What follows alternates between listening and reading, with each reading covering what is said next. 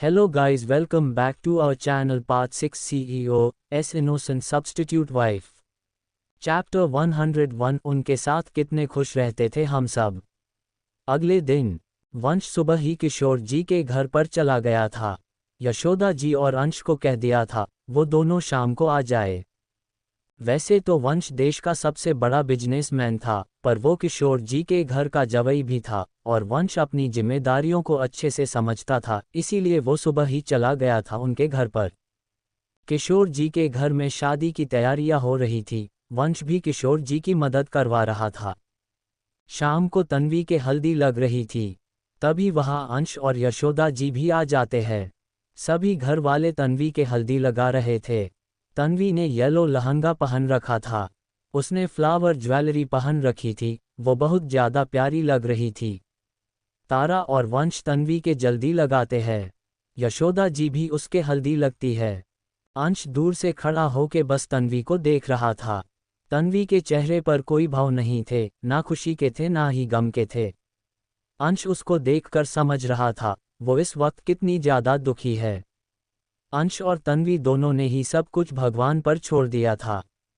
उन दोनों ने अपने दिल को समझा दिया था शादी तो होके रहेगी। हल्दी लगाने के बाद तन्वी नहाने के लिए चली जाती है। थोड़ी देर में बारात आ जाती है। सभी बाराती घर के बाहर नाच रहे थे। दूल्हा घोड़ी पर बैठा था। दूल्हा देखने में काफ़ी हैंडसम था। अंश का उस घर में रुकना एक एक पल मुश्किल हो रहा था। अपने प्यार को किसी और का होता देखना उसके लिए किसी सजा से कम नहीं था। वंश ने उसको यहाँ आने के लिए नहीं कहा होता तो वो तन्वी की शादी में आता ही नहीं कभी। सभी घर वाले बाहर बारात के स्वागत के लिए खड़े थे। अंश को किसी के रोने की आवाज़ सुनाई देती है। वो समझ जाता है ये आवाज़ तन्वी की है। जिस रूम से आवाज़ आ रही थी अंश उस रूम को थोड़ा खोल कर देखता है। तन्वी अपनी दोस्त प्रज्ञा के पास बैठी थी। वो दुल्हन बनी हुई थी। लाल रंग के शादी के जड़े में बैठी तन्वी रो रही थी। तन्वी ने अपने घर वालों के सामने तो अपना रोना कंट्रोल कर लिया था। वो उनको बिल्कुल दुखी नहीं करना चाहती थी, पर अपनी दोस्त के पास उसका सारा दुख बाहर निकल रहा था। वो उसको रोते हुए कह रही थी, नाना जी क्यों कर रहे हैं ये सब? पापा यहाँ होते ना तो वो मेरे साथ ऐसा कभी नहीं होने देते। उनके साथ कितने खुश रहते थे हम सब। प्रज्ञा उसे समझा रही थी, तन्वी ऐसे रो मत, सब सही हो जाएगा। तेरी तबीयत खराब हो जाएगी, स्ट्रेस से तेरी शुगर लेवल बढ़ जाता है। तन्वी उसे कहती है, तुझे पता है जब पापा चले थे और हमें मेरे ताऊजी ने घर से निकाल दिया था और हम सब पापा के घर से यहाँ आ रहे थे, तब मैं बहुत ज़्यादा बीमार हो गई थी। पर मेरी मम्मी के पास तब इतने भी पैसे नहीं थे कि मेरा इलाज करवा सके। जब तब हम यहाँ आए थे तब तक मेरी हालत बहुत ख़राब हो गई थी। मम्मी, दीदी और तनु तो डर गए थे कि वो सब पापा की तरह मुझे भी खो देंगे। पर नाना जी ने मेरा इलाज करवाया, मुझे अच्छे डॉक्टर को दिखाया, तब मैं ठीक हो गई थी। तब अच्छा होता ना अगर मैं मर जाती। आज नाना जी के एहसानों के तले तो नहीं दबे होती ना मैं। अंश उसके कमरे में आता है और उसका हाथ पकड़ कर कहता है, अपने नाना जी के पास चलो और उनको मना करके आओ कि तुम ये शादी नहीं करोगी। मैं तुम्हारे साथ हूँ, चलो। चैप्टर 102 ये बंदर तेरा जीजू नहीं है। तन्वी अपने हाथ की तरफ देखती है, फिर अंश की तरफ देखकर उसको हैरानी से कहती है, बंदर तुम यहाँ मेरे कमरे में क्या कर रहे हो? अंश उसको कहता है, तुम्हारी शादी में आया हूँ जो कि अब नहीं होगी। तन्वी अपना हाथ छुड़ाकर अपने आंसू पोंछकर उसको कहती है, शादी क्यों नहीं होगी? अंश उसे कहता है, क्योंकि मैं कह रहा हूँ नहीं होगी ये शादी अब। तन्वी उसे कहती है, क्या रह रहे हो तुम ये सब? बाहर बारात है, इतने सारे लोग हैं बाहर, तुम्हारे कहने से क्यों शादी नहीं होगी? अंश उसे कहता है, आई डोंट केयर बारात आ गई हो या कितने भी लोग बाहर हो। तुम अगर नहीं चाहती तो नहीं होगी ये शादी। तुम नहीं करना चाहती ना ये शादी। तन्वी उसे कहती है, मेरे नाना जी चाहते हैं मैं ये शादी करूं तो मुझे करनी पड़ेगी ये शादी। अब तो बारात भी आ गई है बाहर। मैंने अगर मना किया तो नाना जी की सारी बरसों की कमाई इज्जत चली जाएगी। मैं पहले भी मना नहीं कर सकती उनको, अब तो किसी भी कीमत पर नहीं कर सकती। अंश तन्वी का हाथ पकड़कर कहता है, क्यों नहीं माना कर सकती तुम, अपनी हालत नहीं देख रही क्या तुम्हें? किस्सों कॉल्ड इज्जत की बात कर रही हो तुम, अपने नानाजी की इज्जत के लिए अपनी जिंदगी बर्बाद कर लोगी तुम। मजबूरी में बंधे रिश्ते में कोई कभी खुश नहीं होते हैं। उनके तुम पर और तुम्हारे परिवार पर बहुत सारे एहसान है, इसीलिए तुम ये शादी कर रही हो ना। तुम सब उनके घर में रहते हो, इसका मतलब ये थोड़ी ना है कि तुम उनकी गुलाम हो। तन्वी उसे हैरानी से कहती है, तुम छुपकर मेरी और मेरी दोस्त की बातें सुन रहे थे। अंश उसे कहता है, तुम्हारे नानाजी समझते क्या है खुद को जो ऐसे तुम्हारी शादी करवा रहे हैं। वो जो कुछ भी कर रहे हैं उसे सेल्फिश होना कहते हैं। तुम्हें कोई ज़रूरत नहीं है उनकी ऐस बड़ी ई किसी भी बात में आने की, मैं और भाई है तुम्हारे साथ। वो अगर मना करेंगे तो तुम सूर्यवंशी विला आ जाना, वहाँ रहना। ऐसे सेल्फिश इंसान के घर नहीं रहना, जो अपनी जिद के चलते अपनी बेटी की शादी किसी भी इंसान से करवा सकते हैं। तन्वी उसके हाथ को अपने हाथ से छुड़ाकर उसको गुस्से में कहती है, हाउ डेयर यू, मेरे नानाजी के बारे में कुछ भी कहने वाले तुम होते कौन हो? किसने हक दिया है तुम्हें उनके बारे में कुछ भी कहने का? तुम जीजू के भाई हो, सिर्फ इसीलिए यहाँ खड़े हो। मेरी शादी में आए हो, खाना खाओ और जाओ यहाँ से। मैं कभी कुछ कहती हूँ क्या तुम्हारे फैमिली मैटर में? कोई अनाथ नहीं हूँ मैं जो तुम मेरे बारे में इतना सब सोच रहे हो। मेरी जिंदगी के बारे में चिंता करने की ज़रूरत नहीं है तुम्हें, उसके लिए मेरे घर वाले हैं। प्रज्ञा तन्वी के कंधे पर हाथ रखकर उसको शांत करते हुए कहती है, तन्वी जीजू की बात सही है, मना कर दे तेरे नानाजी को, जीजू कह रहे हैं ना ये तेरी मदद करेंगे। इनके साथ चल कर मना कर दे। तन्वी प्रज्ञा को कहती है, इसको जीजू बोलना बंद कर, ये बंदर तेरा जीजू नहीं है, जो बाहर इंसान है वो तेरे जीजू है और मुझे किसी की मदद नहीं चाहिए। इस बदतमीज बंदर की तो बिल्कुल भी नहीं। तभी रूम में तारा आती है। तारा तन्वी को कहती है, चलो तन्वी पंडित जी तुम्हें बुला रहे हैं। अंश तारा को कहता है, भाभी आप कुछ कर क्यों नहीं रहे हो, क्यों करवा रही हो अपनी बहन की शादी? तारा उसे कुछ कह पाती उससे पहले ही तन्वी मुस्कुरा कर तारा को कहती है, दीदी चलो। कोई ज़रूरत नहीं है अपने देवर को कोई भी जवाब देने की। आपको इससे जो बात करनी है अपने ससुराल में जाकर करना। मेरा दूल्हा मेरा इंतजार कर रहा है। तन्वी तारा के साथ चली जाती है। अंश प्रज्ञा को कहता है, तुम्हारी दोस्त बेवकूफ़ है। अंश वहाँ से चला जाता है। अब उसका इस शादी में रुकने का 1% भी मन नहीं था। प्रज्ञा भी बाहर चली जाती है। चैप्टर 103 तन्वी वैद्स चीकू। तारा तन्वी को लेकर बाहर आती है। अंश भी वहाँ से जा चुका था। तन्वी एक नज़र दूल्हे को देखती है। दूल्हे की नज़र भी तन्वी पर ही थी। तन्वी धीरे धीरे कदमों से मंडप की तरफ आ रही थी। दूल्हा अपनी नज़रें तन्वी से हटा ही नहीं पा रहा था। तन्वी दुल्हन बनी दिखी इतनी ज़्यादा प्यारी रही थी, उसने तो तन्वी की फ़ोटो देखकर ही उसको हाँ कह दिया था। स्वर, चांदनी रात होगी, तारों की बारात होगी। चांदनी रात होगी, तारों की बारात होगी। पहले पहले प्यार की पहली पहली बात होगी। पहले पहले प्यार की पहली पहली बात होगी। खुशी खुशी गाएंगे हम गीत सुहाना री। सैया दिल में आना री, आके फिर ना जाना री। आके फिर ना जाना री, छम छामा छम छम। राजा बन के आना री, मोहे लेके जाना री।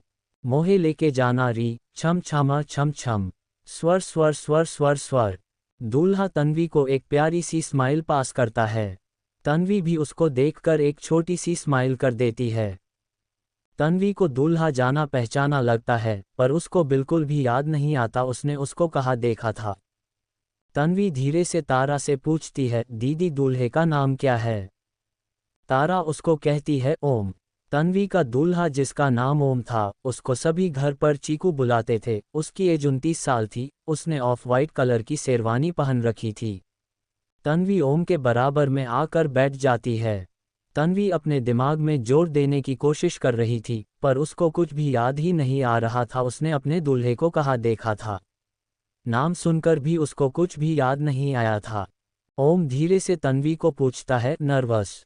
तन्वी को बिल्कुल उम्मीद नहीं थी उसका दूल्हा उससे ऐसे मंडप में कुछ भी बात करेगा क्या। उसको आवाज़ भी जानी पहचानी रही थी, पर उसे याद ही नहीं आ रहा था कुछ भी। तन्वी धीरे से हम में जवाब देती है, ओम उसे कहता है, मी टू। पहली बार शादी हो रही है ना, इसीलिए आज थोड़ी घबराहट हो रही है, वैसे कभी नर्वस नहीं होता हूँ मैं। ओम के दोस्त उसको हंसते हुए थोड़ी धीरे से कहते हैं, चीकू भाभी से यही सारी बात करेगा क्या, रात के लिए भी बचा ले थोड़ी। तन्वी को ओम के दोस्त की बात सुन जाती है, अपने दूल्हे का नाम सुनकर थोड़ी हंसी आती है, पर वो हंसती नहीं है। शादी की रस्में शुरू होने वाली ही थी, उससे पहले ही ओम के पापा दिनेश जी को किसी का कॉल आता है, जिसे सुनते ही उनके हाथ से फ़ोन छूट जाता है। दिनेश जी पंडित जी को कहते हैं, पंडित जी आगे बढ़ने की ज़रूरत नहीं है, ये शादी नहीं होगी। दिनेश जी ओम को कहते हैं, चीकू उठो यहाँ से। ओम एक नज़र तन्वी की तरफ देखता है। उसको कुछ समझ में नहीं आ रहा था, उसके पापा उसे ऐसे क्यों करने को कह रहे थे। किशोर जी दिनेश जी को कहते हैं, क्या हुआ दिनेश, सब ठीक है ना। दिनेश जी उनको कहते हैं, कुछ भी ठीक नहीं है अंकल, ये शादी नहीं होगी अब। किशोर जी उनको कहते हैं, शादी क्यों नहीं होगी। दिनेश जी उनको कहते हैं, ऐस बड़ी ये अपसगुनी लड़की से मैं अपने बेटे की शादी बिल्कुल नहीं होने दूंगा। वंश को दिनेश जी की बात सुनकर बहुत ज़्यादा गुस्सा आता है, वो उनको गुस्से में कहता है, अंकल आप बड़े हैं, इसका मतलब ये नहीं है आप कुछ भी तन्वी के लिए कह दोगे। किशोर जी वंश को कहते हैं, दामाद जी आप कृपया बीच में ना बोले, मैं संभाल लूंगा। दिनेश जी के रिश्तेदार उससे पूछे है क्या हुआ, तो वो उनके बताते हैं कि घर में चोरी हो गई है, और तन्वी के घर में पैर रखने से पहले ही इतना नुकसान हो गया, तो आगे क्या क्या होगा।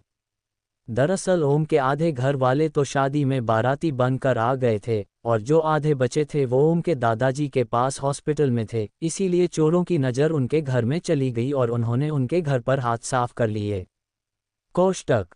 किशोर जी दिनेश जी को कहते हैं, जो हुआ उसने तन्वी की क्या गलती है। दिनेश जी उनको गुस्से में कहते हैं, और किसकी गलती है। आपकी नातिन के हमारे घर में कदम रखने से पहले ही हमारे घर में इतना ज़्यादा नुकसान ही गया, और नुकसान नहीं सह सकते हम। दिनेश जी ओम को कहते हैं, चीकू तुमने सुना नहीं क्या मैंने क्या कहा है, ये शादी नहीं होगी अब। ओम उठकर उनके पास जाकर उनको कहता है, पर पापा तन्वी की वजह से थोड़ी ना घर में चोरी हुई है, चोरी तो किसी के घर में भी हो सकती है, इसमें तन्वी की क्या गलती है, आप इसे कैसे ब्लेम दे सकते हो। किशोर जी दिनेश जी को कहते हैं, ओम सही कह रहा है, तन्वी की कोई गलती नहीं है इसमें। दिनेश जी किशोर जी को कहते हैं, अंकल मेरी मजबूरी है, इसीलिए मैं अपने बेटे की शादी इतनी जल्दी में कर रहा था, पर इतनी भी नहीं है कि जिंदगी भर की आफत अपने बेटे के गले में बांध दूं। पहले आप अपनी बीमार नातिन की शादी मेरे होनहार बेटे से करना चाहते थे, वो तो मेरे बेटे को आपकी ये बीमार लड़की पसंद आ गई, इसीलिए मैं मान गया, पर अब नहीं, ऐस बड़ी ये अपसगुनी और बीमार लड़की नहीं चाहिए मुझे अपने इकलौते बेटे के लिए। ओम अपने पापा को कहता है, पापा तन्वी को बस डायबिटीज है, अंकल ने बताया था ना कि दवाइयों से कंट्रोल में रहती है ये हमेशा। तन्वी को यकीन नहीं हो रहा था, ये लड़का जिसको सभी चीकू कह रहे थे, जिसका नाम ओम था, जो कि उसका दूल्हा है, वो उसके लिए अपने पापा से भी लड़ रहा था। दिनेश जी ओम को गुस्से में कहते हैं, तू क्या चाहता है, तू पूरी जिंदगी भर इसकी दवाइयों का खर्चा उठाता रहे। मुझे पहले ही समझ जाना चाहिए था इनकी साजिश के बारे में। पहले ये तेरी सगाई अपनी भागी हुई बड़ी नातिन से करवाना चाहते थे, और तेरी शादी ऐसी बीमार नातिन से करवाना चाहते हैं। ये शादी नहीं होगी अब। वंश दिनेश जी को गुस्से में कहता है, हाउ डेयर यू, मेरी वाइफ के बारे में कुछ भी कहने की हिम्मत कैसे हुई आपकी। पता भी है क्या किसके लिए बोल रहे हो आप ये सब। चैप्टर 104 चीकू जी जाओ ना यहाँ से, मान लो अपने पापा की बात। चीकू जी जाओ ना यहाँ से, मान लो अपने पापा की बात। दिनेश जी ओम को गुस्से में कहते हैं, तू क्या चाहता है, तू पूरी जिंदगी भर इसकी दवाइयों का खर्चा उठाता रहे। मुझे पहले ही समझ जाना चाहिए था इनकी साजिश के बारे में। पहले ये तेरी सगाई अपनी भागी हुई बड़ी नातिन से करवाना चाहते थे, और तेरी शादी ऐसी बीमार नातिन से करवाना चाहते हैं। ये शादी नहीं होगी अब। वंश दिनेश जी को गुस्से में कहता है, हाउ डेयर यू, मेरी वाइफ के बारे में कुछ भी कहने की हिम्मत कैसे हुई आपकी। पता भी है क्या किसके लिए बोल रहे हो आप ये सब। अब आगे। दिनेश जी वंश को कहते हैं, क्या गलत कहा है मैंने, इनकी बड़ी नातिन ने तुमसे की है भाग कर शादी।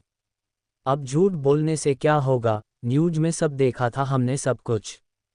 वंश उनको थोड़ी ऊंची आवाज में कहता है, ज़्यादा बोल रहे हो आप, लास्ट वार्निंग से रहा हूं मैं, चुप रहिए, नहीं तो मैं भूल जाऊंगा आप कौन हो।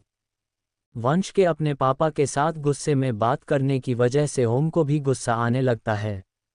वो वंश को कहता है, मिस्टर वंश सूर्यवंशी, आवाज नीची रख कर बात कीजिए, आप होगे कहीं के भी बड़े बिजनेसमैन, पर अपने पापा से ऊंची आवाज में बात करने की इजाज़त मैं किसी को भी नहीं देता हूँ।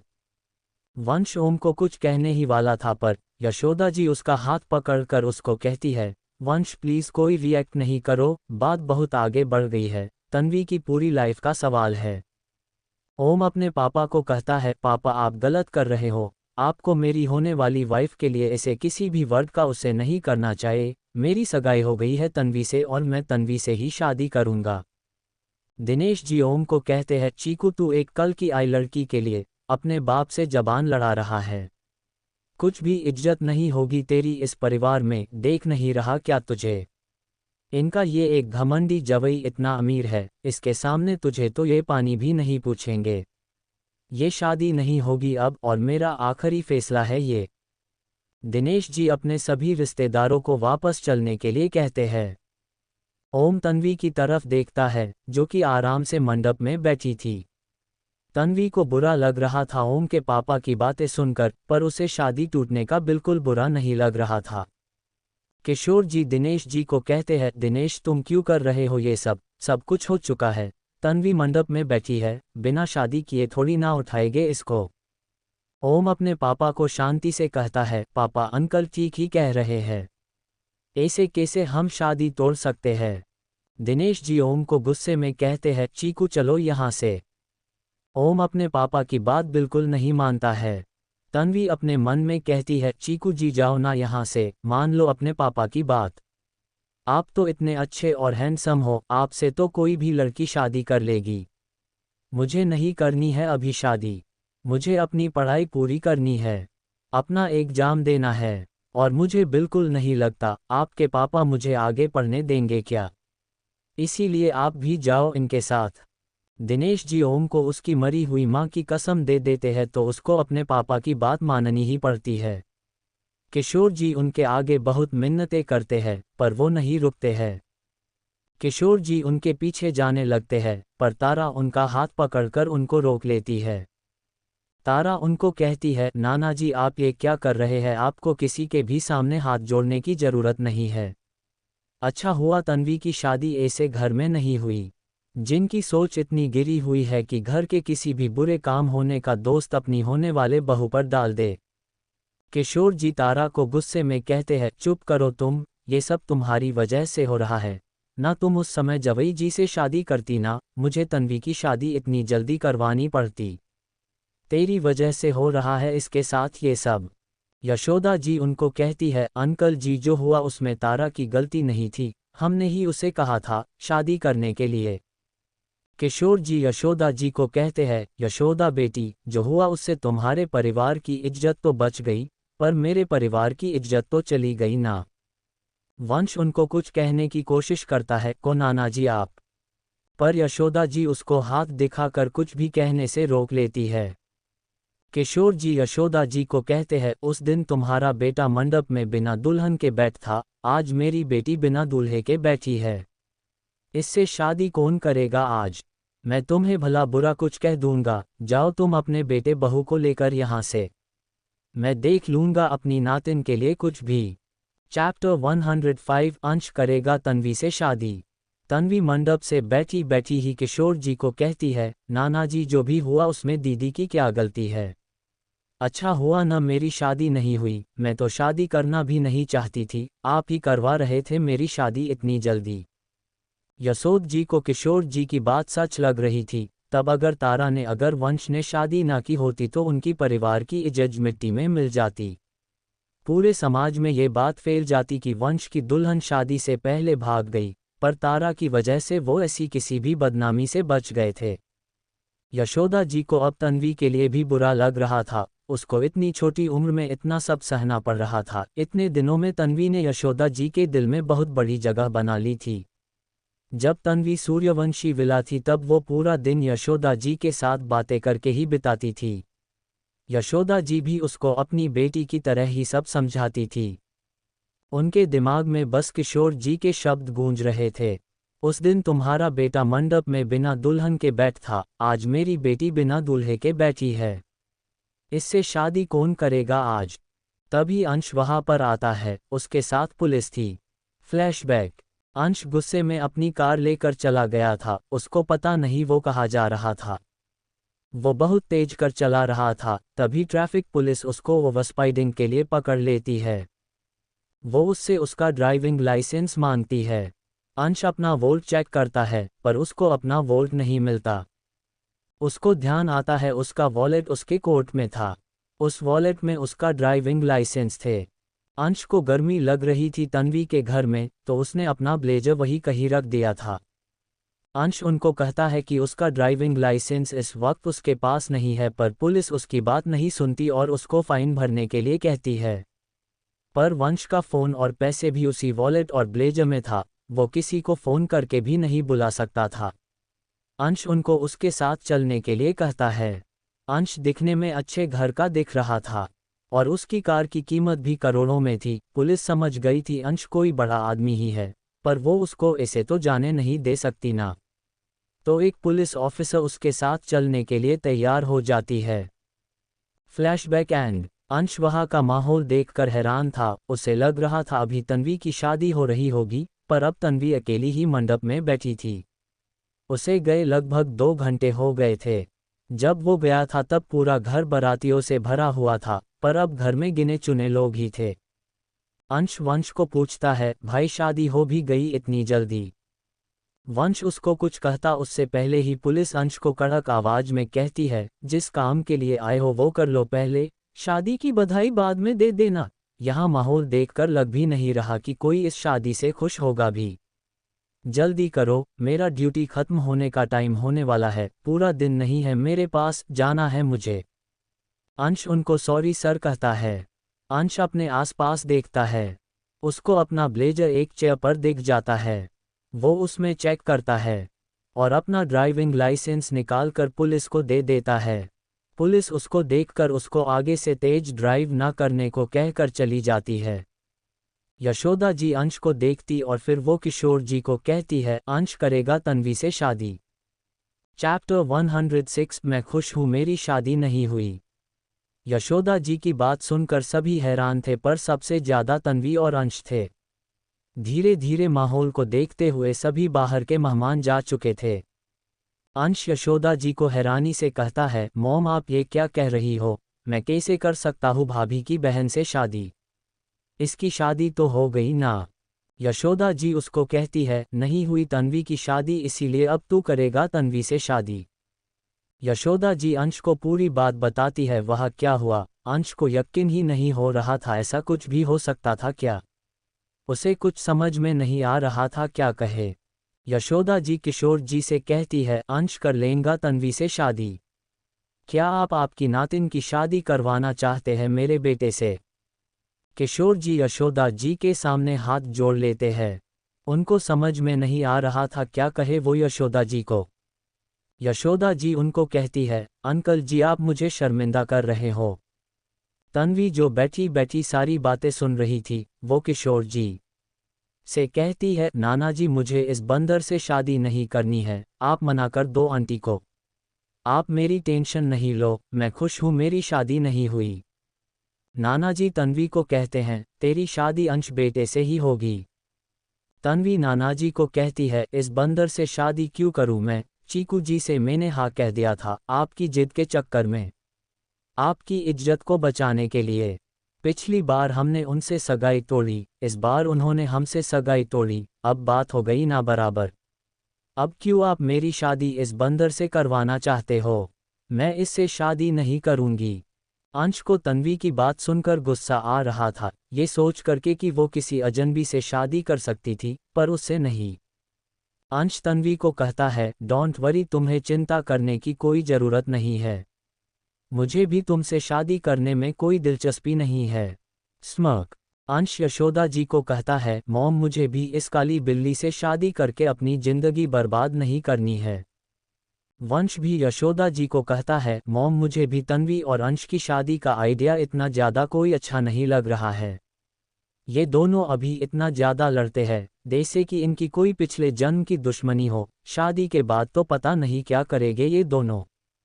तन्वी नानाजी को कहती है, देखा नानाजी, अब तो जीजू ने भी कह दिया। जीजू जितने समझदार इंसान ये बात कह रहे हैं तो बात सही ही होगी ना।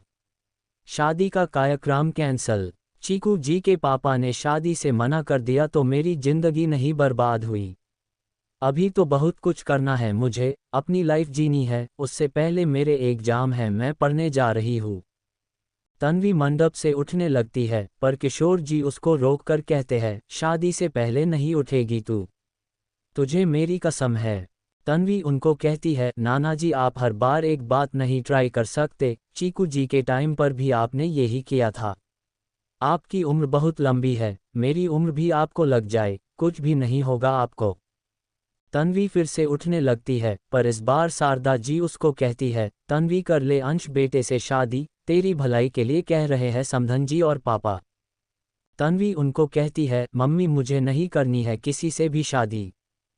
शारदा जी तन्वी को समझा रही थी। अंश शारदा जी को कहता है, आंटी आप क्यों इससे जबरदस्ती कर रही हो, इसे नहीं करनी है मुझसे शादी, ना ही मैं इससे शादी करना चाहता हूँ।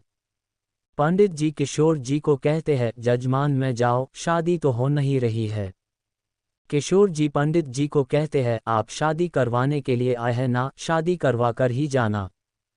प्रज्ञा अंश को कहती है, जीजू कर लो आप तन्वी से शादी, चीकू जी वाली शादी से पहले आप ही तो तन्वी को कह रहे थे चीकू जी से शादी नहीं करने के लिए, आपने ही इसे कहा था ना, आप इसका साथ दोगे नानाजी से मना करने में।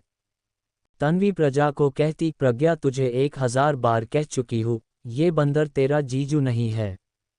प्रजा तन्वी को कहती है, तो बना ले इनको मेरा जीजू, कर ले अंश जीजू से शादी, मैं तो तुझे पहले ही कह रही थी, तूने ही कहा था सबकी किस्मत तारा दीदी की तरह नहीं जीती है, ना ही सब लड़के वंश जीजू की तरह होते हैं। सामने से तुझे इतना अच्छा हस्बैंड मिल रहा है, तू ही सोच जब तू कमरे में बैठकर रो रही थी तब बस अंश जीजू आए थे तुझे समझने के लिए, शादी ना करके उनके साथ उनके घर चलने के लिए, तूने ही इनको मना कर दिया था। इनकी बात मानकर तब मना कर देती तो इतना सब नहीं होता ना। किसी को समझ में नहीं आ रहा था प्रज्ञा किस बारे में बात कर रही है। यशोदा जी अंश को पूछती है, ये तन्वी की फ्रेंड क्या कह रही है, तूने मना किया था तन्वी को शादी के लिए, तेरे साथ चलने के लिए। अंश यशोदा जी को कहता है, मॉम आप कोई भी उल्टा मतलब नहीं निकालो, भाभी की बहन शादी नहीं करना चाहती थी तब मैंने इसे कही थी वो बातें, बैठकर रो रही थी अपने रूम में, कह रही थी अपनी फ्रेंड को कि इसके नाना जी इसके साथ गलत कर रहे हैं, मुझे बुरा लग रहा था इसके लिए, तब मैंने इसकी मदद के लिए कहा था। मैं थक गया हूँ, मैं घर जा रहा हूँ, ये सब ड्रामा खत्म हो जाए तो आप भी आ जाना। अंश बाहर जाने लगता है। यशोदा जी उसका हाथ पकड़कर कहती है, तुम अकेले घर नहीं जाओगे, तन्वी से शादी करके ही जाओगे। अंश उनको कहता है, मॉम आपको कह चुका हूँ, मुझे शादी नहीं करनी है, मैं शादी ही नहीं करना चाहता हूँ। यशोदा जी अंश को एक रूम में लेकर जाती है और उसको पूछती है, तू तन्वी को पसंद नहीं करता है? कहीं न कहीं यशोदा जी ने अंश की आंखों में तन्वी के लिए प्यार देखा था। जब तन्वी किशोर जी के घर वापस आ गई थी तब अंश की उदासी किसी से भी छुपी नहीं थी। उनको बस डाउट था, पर प्रज्ञा की बात सुनकर उनको यकीन ही गया था अंश तन्वी को पसंद करता है। अंश उनको कहता है, मॉम आप मुझे क्यों ऐसे सवाल पूछ रहे हो? यशोदा जी अंश का हाथ अपने सर पर रखकर उसको कहती है, बता तू तन्वी को पसंद नहीं करता क्या? अंश उनको कहता है, मेरे अकेले के करने से क्या होता है, वो बेवकूफ़ लड़की तो नहीं करती ना मुझे पसंद। अंश की बात सुनकर यशोदा जी बहुत ज़्यादा खुश ओपन माउथ स्माइल हो जाती है। वो उसे कहती है, अगर उसे पसंद करता है तो कर ले ना उससे शादी। अंश यशोदा जी को कहता है, मॉम मुझे नहीं करनी है शादी, मुझे शादी करनी होती तो मैं खुद ही भाभी की बहन को अपने दिल की बात कह देता ना, मैं शादी नहीं करना चाहता हूँ, आप तो समझो मुझे। यशोदा जी उसको पूछती है, तुझे तेरी मॉम पर ट्रस्ट है क्या? अंश उनको कहता है आप पर मुझे ट्रस्ट पर यशोदा जी उसे कहती है तो जो मैं कर रही हूँ उसमें मेरा साथ दे, बस कर ले तन्वी से शादी।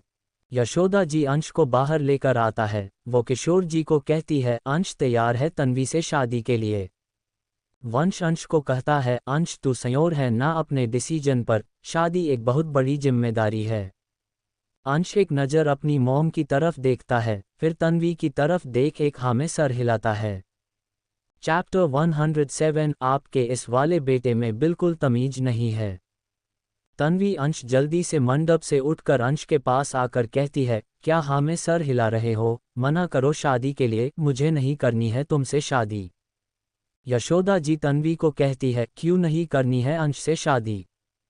तन्वी उनकी कहती है क्योंकि आपके जो बड़े बेटे हैं मेरे जीजू, वो परफेक्ट है, बट सॉरी आंटी आपके इस वाले बेटे में बिल्कुल तमीज नहीं है। ये घमंडी एक नंबर का, इसमें इस बात का घमंड है कि ये सूर्यवंशी खानदान का बेटा है।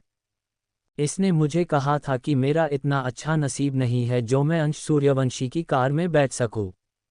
कल को ये बोल देगा मुझ में इसकी वाइफ बनने के नसीब नहीं है, इसके घर में रहने के नसीब नहीं है। इसने मुझे ये भी कहा था कि अंश सूर्यवंशी मुझ जैसी बेवकूफ़ लड़की को अपने आसपास भी नहीं आने देता। मेरी कॉलेज की टॉपर हूँ मैं, मुझे बेवकूफ़ कहता रहता है ये, इसीलिए मुझे इससे शादी नहीं करनी है। अंश यशोदा जी को कहता है सुन लिया इसका आंसर, अभी भी आप चाहते हो हम दोनों एक दूसरे से शादी करें। यशोदा जी अंश को गुस्से में देखकर कहती है किस नसीब की बात कर रहा था तू तन्वी से, यही संस्कार दिया है क्या मैंने, मुझे यही सिखाया है क्या मैंने तुझे किसी लड़की से कैसे बिहेव करते हैं। अपने भाई से आज तक तूने कुछ नहीं सीखा, कुछ सीख इससे लड़कियों से कैसे बिहेव करते हैं। अंश यशोदा जी को कहता है मॉम मुझे पता है लड़कियों से कैसे बिहेव करते हैं, बट तब मैंने गुस्से में कह दिया था इसको वो सब बातें क्योंकि ये मेरा दिमाग खा रही थी, इसकी बातों से इरिटेट होके मैंने कही थी वो सब बातें।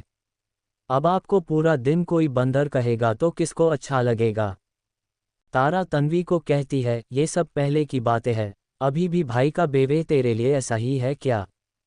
तन्वी उसे कहती है अभी ऐसा नहीं है, मेरी पढ़ने में हेल्प भी करता है ये, मुझे कॉलेज ड्रॉप करके आता है, पर इसका मतलब ये नहीं है मैं इससे शादी कर लूँगी।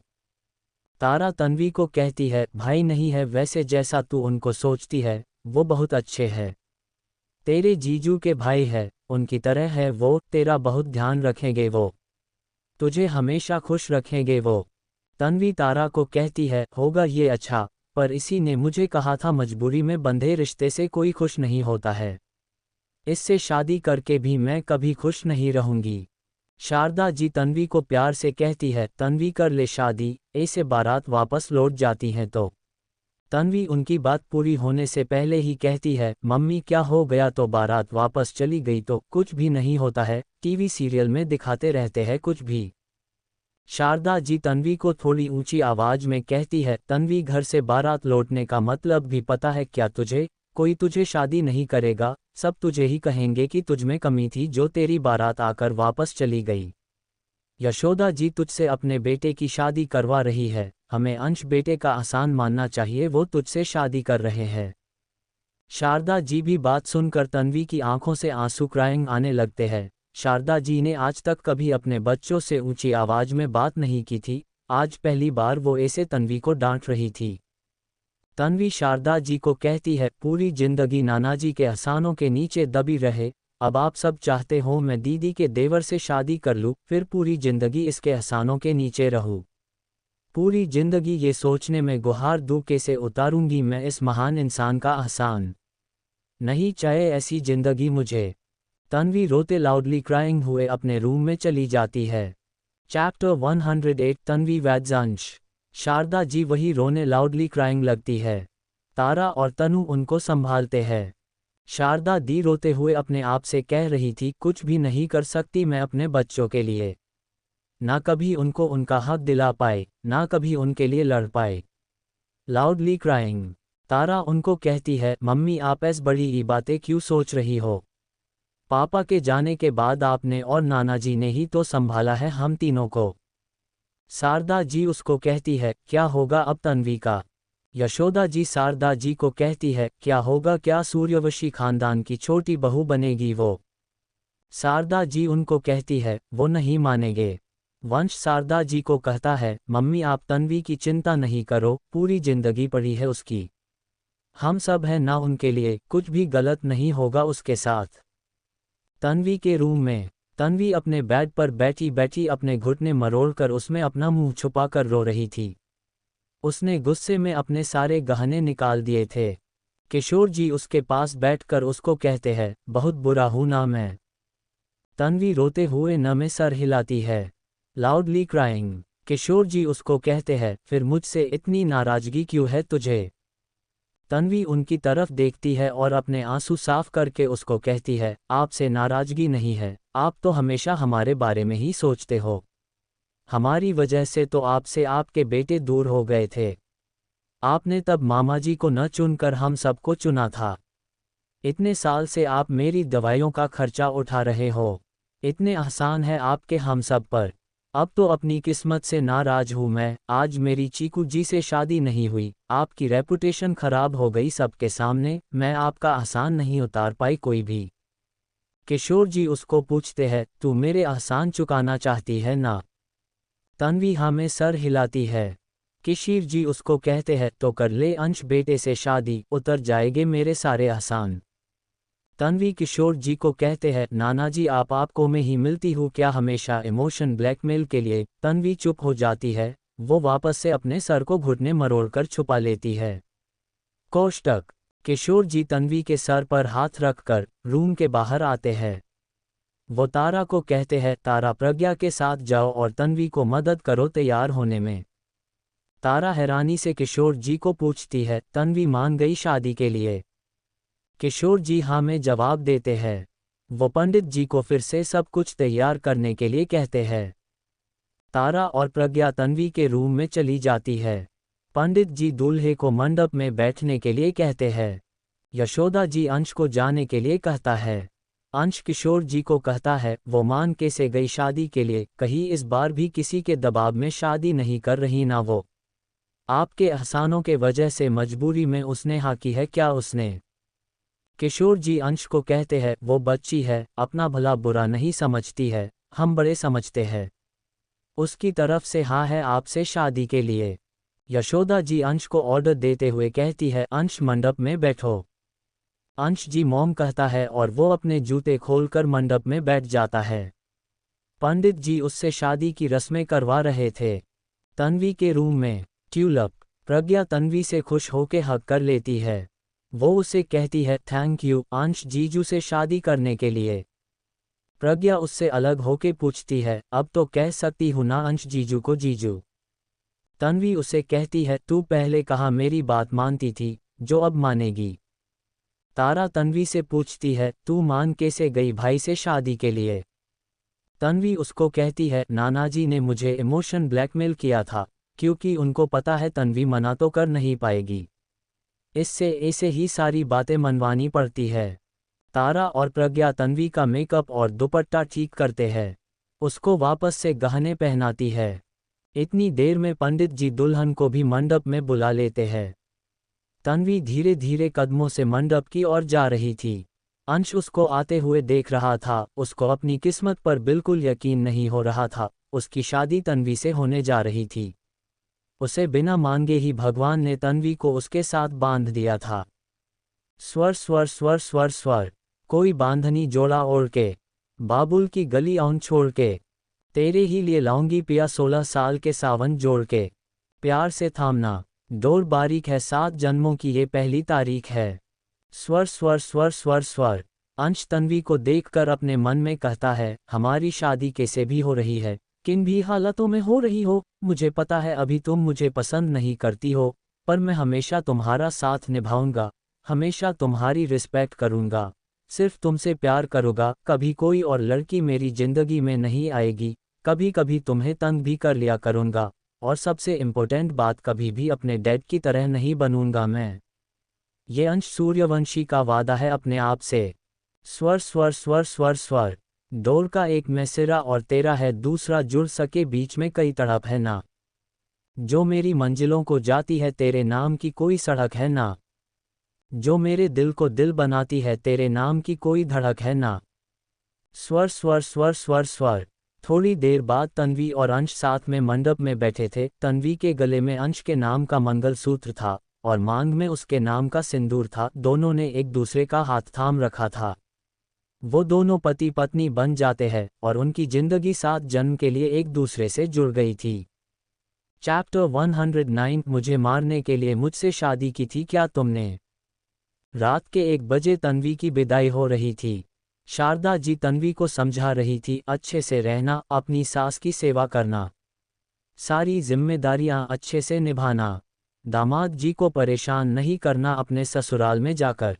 तन्वी रोते लाउडली क्राइंग हुए उनको कहती है, जीजू को कब परेशान किया मैंने?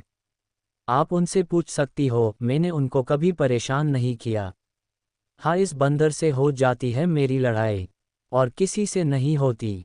शारदा जी उसको कहती है, तन्वी, तेरे पति है अब छोटे जवई जी, इनको ऐसे बंदर कहेगी क्या? तन्वी उनको कहती है, और क्या कहूँ तो, बंदर को तो बंदर ही कहूँगी ना। नानाजी ने सिखाया है ना, पति का नाम नहीं लेना चाहिए। ये बंदर भी तो पति है मेरा अब। अंश पास खड़ा तन्वी की सारी बातें सुन रहा था, उसको समझ में नहीं आ रहा था क्या रिएक्ट करे।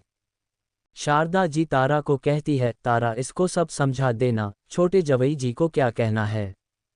तारा जी मम्मी कहती है। तन्वी से विदाई की रस्में करवाने के बाद उसको अंश की कार में बैठा देते हैं। अंश और तन्वी अंश की कार से घर जा रहे थे। तारा और वंश अपनी कार से जा रहे थे। यशोदा की कुछ देर पहले ही चली गई थी घर, अंश और तन्वी का स्वागत करने के लिए। तन्वी अंश की कार में बैठी बैठी अभी भी रो रही थी, लाउडली क्राइंग। अंश उसे अपना रुमाल देते हुए पूछता है, तुम ठीक हो? तन्वी उसके हाथ से रुमाल के लेती है और उसे कुछ भी नहीं कहती है। वो खिड़की के बाहर देखने लगती है और अपने आंसू साफ करती है। वो अभी भी रो रही थी। कुछ देर बाद वो उसे धीरे से कहती है, बंदर मुझे भूख लग रही है, मैंने परसों से खाना नहीं खाया। उसकी बात सुनते ही अंश झटके से कार रोक लेता है। सीट बेल्ट की वजह से दोनों के ही सर आगे डैशबोर्ड से टकराने से बच जाते हैं। तन्वी का रोना बिल्कुल रुक गया था। वो चिल्लाते हुए अंश को कहती है, बंदर ये क्या कर रहे हो, ऐसे कार क्यों रोकी है?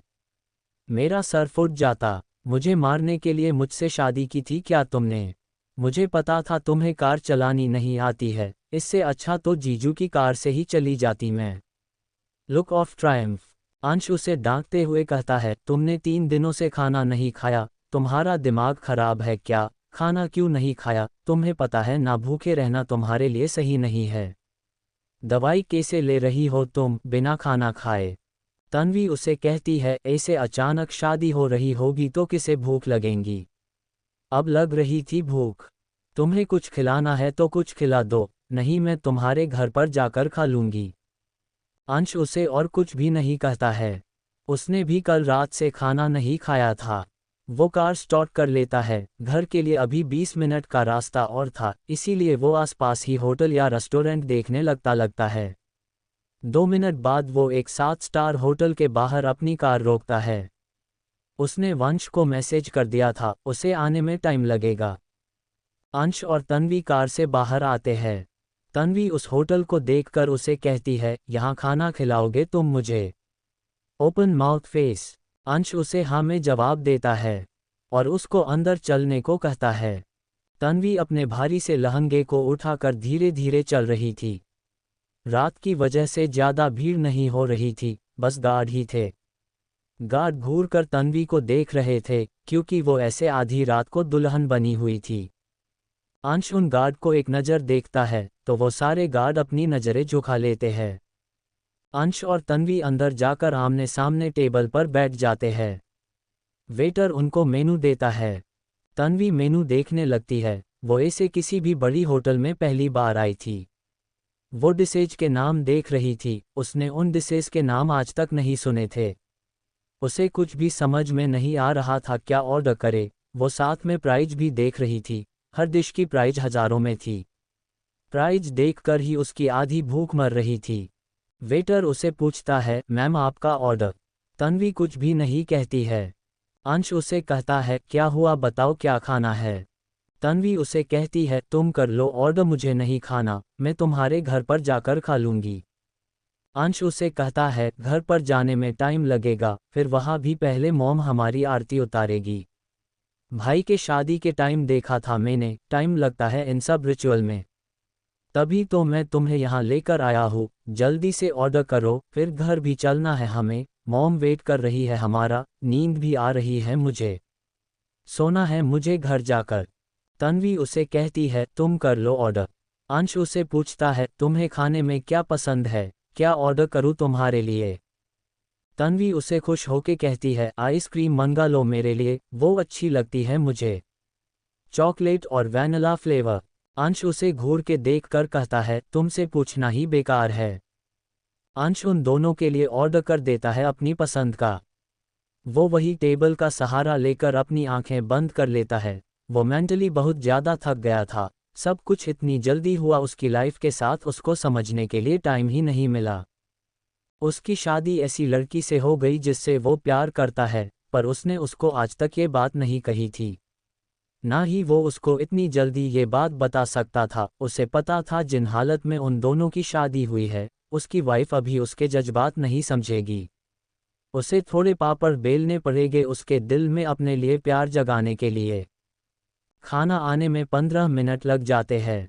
अंश को नींद आ गई थी। वेटर उनका ऑर्डर सर्व कर रहा था। तन्वी थोड़ी धीरे से अंश को जगाने के लिए कहती है बंदर उठो। अंश उसे नींद में कहता है क्या हुआ, तुम्हें प्रॉब्लम क्या है मेरी नींद से, रोज रोज आ जाती हो मेरी नींद उड़ने के लिए, सो जाओ तुम भी, बाकी का कल पड़ा दूंगा मैं तुम्हें। तन्वी उसे कहती है खाना आ गया, वेटर भैया खाना लेकर आ गए, चलो खाते हैं। अंश अपनी आंखें खोलता है। वो ठीक से बैठता है।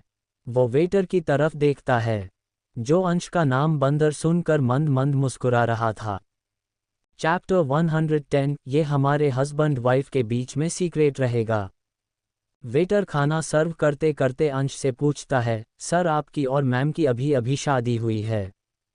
तन्वी वेटर को कहती है हाँ भैया अभी अभी शादी हुई है हम दोनों की, तभी तो ऐसे दुल्हन के जाड़े में हूं ना मैं।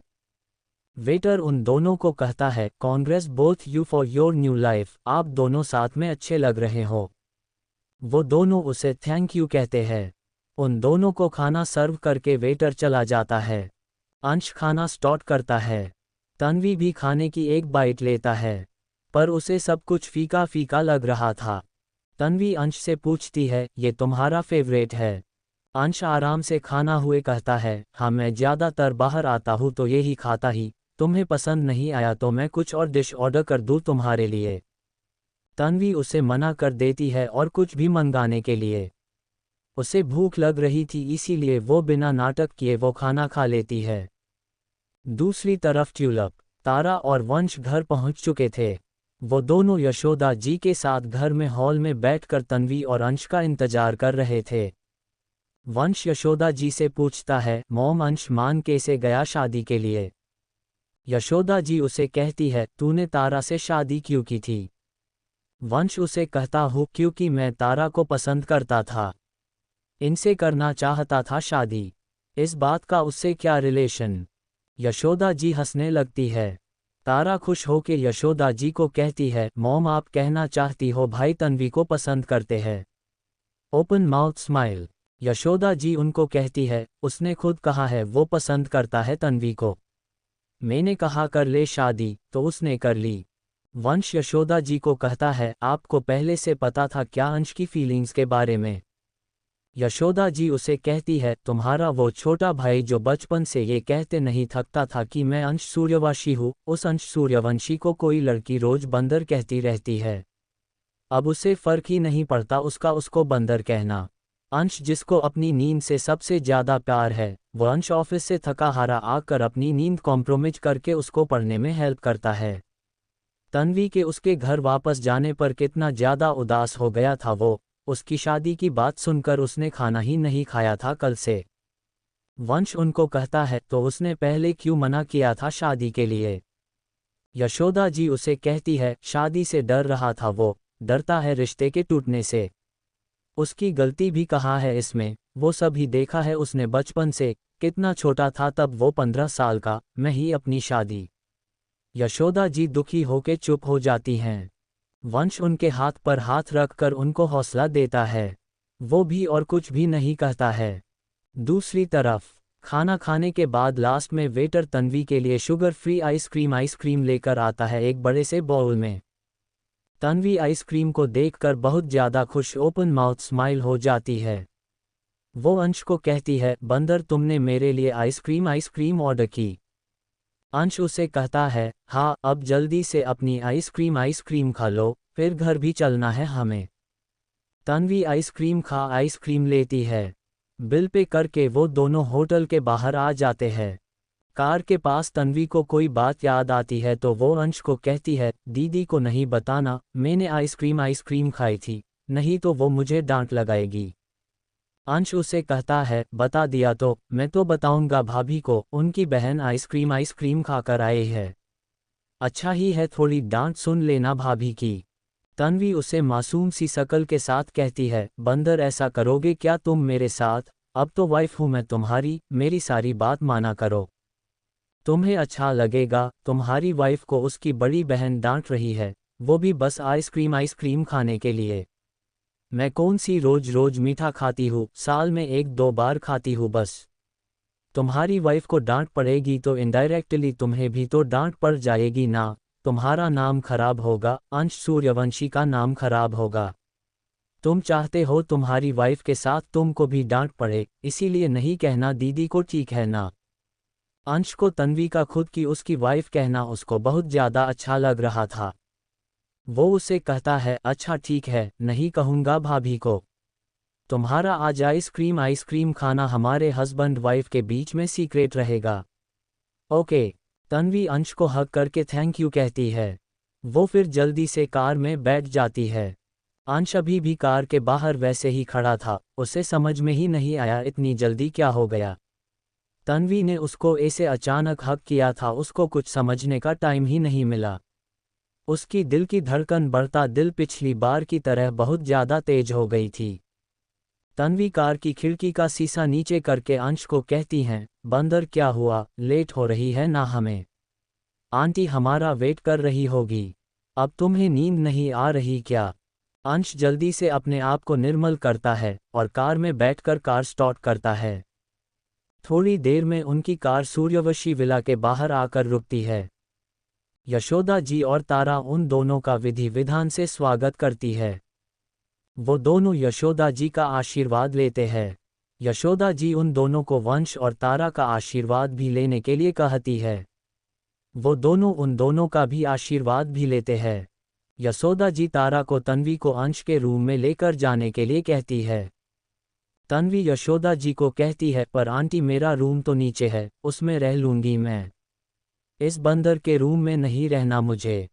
चैप्टर 111 क्यों उनको रिग्रेट फील करवा रही है तुझसे शादी करने के लिए। तारा तन्वी को कहती है, तन्वी पहले वाले रूम में क्यों रहेगी तू, तुझे भी अब भाई के रूम में ही रहना है उनके साथ। अंश नींद भरी आवाज में तारा को कहता है, भाभी रहने दीजिए, क्या फर्क पड़ता है कहाँ भी रहे हम दोनों। अंश यशोदा जी को कहता है, मॉम मुझे नींद आ रही है, मैं सच में बहुत ज़्यादा थक गया हूँ, प्लीज़ कल मुझे जल्दी नहीं उठाना, अभी भी कोई रिचुअल रह गया हो तो थोड़ी लेट करवा लेना। इसको जहाँ रहना होगा ये वहाँ रह लेंगी।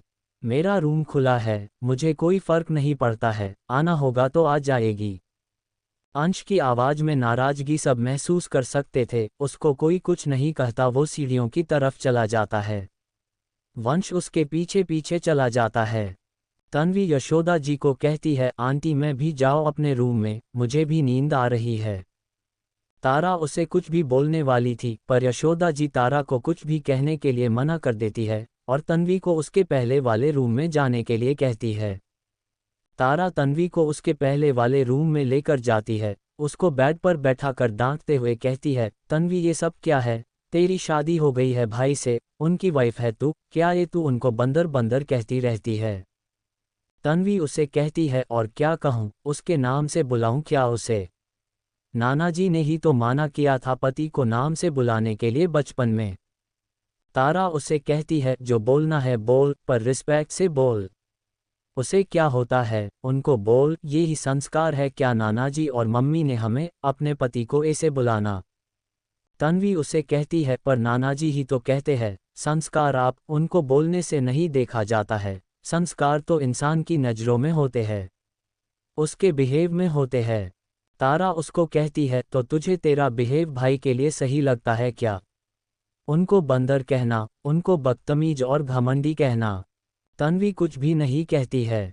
तारा उसके गाल पर हाथ रखकर कहती है, जो तू उनको घमंडी बदतमीज कहती रहती है वैसे बिल्कुल नहीं है वो, तुझे पता भी है क्या तेरी शादी किसके साथ हुई है, कितना नाम है उनका, कितनी इज्जत है उनकी, कितने लोग उनके नीचे काम करते हैं, कितनी मेहनत करके, कितनी रातें जग कर आज इस मुकाम पर पहुँचे हैं वो। उनमें थोड़ा भी घमंड होता तो वो मुझसे भी कभी अच्छे से बात नहीं करते, मैं भी तो पहले एक मामूली सी उनके बड़े भाई की पीए ही थी ना। तूने पहले उनसे लड़ाई की थी, इसीलिए तुम दोनों में नोक झोंक होती है। जैसा बिहेव हमारा सामने वाले के लिए रहेगा वैसा ही बिहेव सामने वाले का हमारे साथ रहेगा। अगर तू उनके साथ अच्छे से रहेगी तो भाई भी तेरे साथ और अच्छे से रहेगी।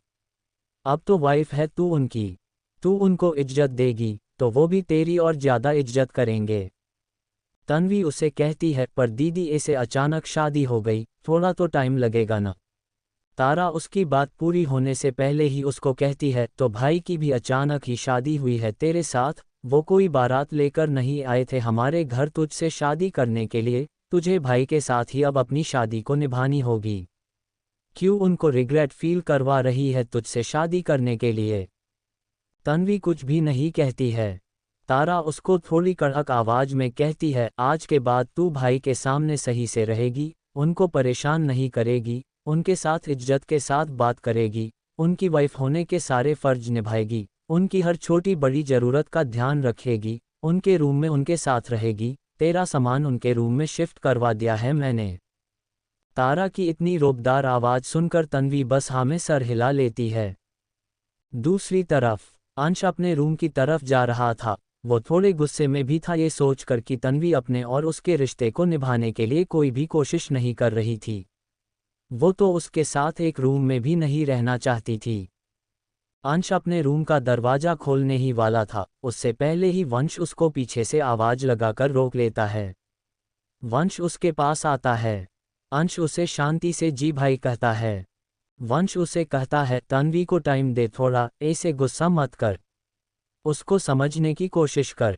अंश उसे कहता है, भाई मैं कहाँ गुस्सा कर रहा हूँ उस पर, आपकी साली ने कहा उसे मेरे साथ नहीं रहना है, तो ठीक है नहीं रहे, मैं कहाँ उसे किसी भी बात के लिए फोर्स कर रहा हूँ। वंश उसे कहता है, मेरी साली होने के साथ वो तेरी वाइफ भी है अब। अंश उसे कहता है, वो अभी भी आपकी साली ही है, उसके लिए मैं उसके जीजू का भाई ही हूँ अभी भी। वो इस शादी को कहाँ मान रही है, कहाँ मुझे अपना हस्बैंड मानती है। इस शादी को वो 1% भी मानती तो मेरे रूम में होती ना वो इस वक्त। अभी भी उसके लिए ये घर उसके दीदी जीजू का घर ही है, उसके हस्बैंड का घर नहीं है ये। पहली शादी भी उसकी मर्जी के बिना हो रही थी, ये शादी भी उसकी मर्जी के बिना ही हुई है। वंश उसे कहता है, हम सोच भी नहीं सकते उससे भी बुरे दिन देखे उसने, अब ऐसे अचानक शादी हो गई, बच्ची है वो अभी, समझ जाएगी अपनी जिम्मेदारियों। अंश उसे कहता है, वो बच्ची है तभी मैंने मना किया था मॉम को मुझे शादी नहीं करनी है, पर उन्होंने कहा उन पर ट्रस्ट करने के लिए, देखते हैं उनका ट्रस्ट कहाँ तक जाता है।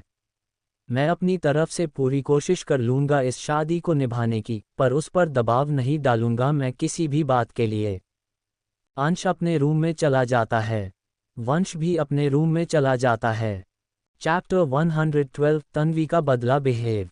कुछ देर तन्वी को अच्छे से समझने के बाद तारा तन्वी को अंश के रूम तक लेकर जाती है और उसे कहती है, यहाँ से तुझे तेरा सफ़र खुद ही तय करना है, मैंने तुझे समझा दिया है, अगली बार मुझे अपनी छोटी बहन की वजह से अपने ससुराल में शर्मिंदा ना होना पड़े।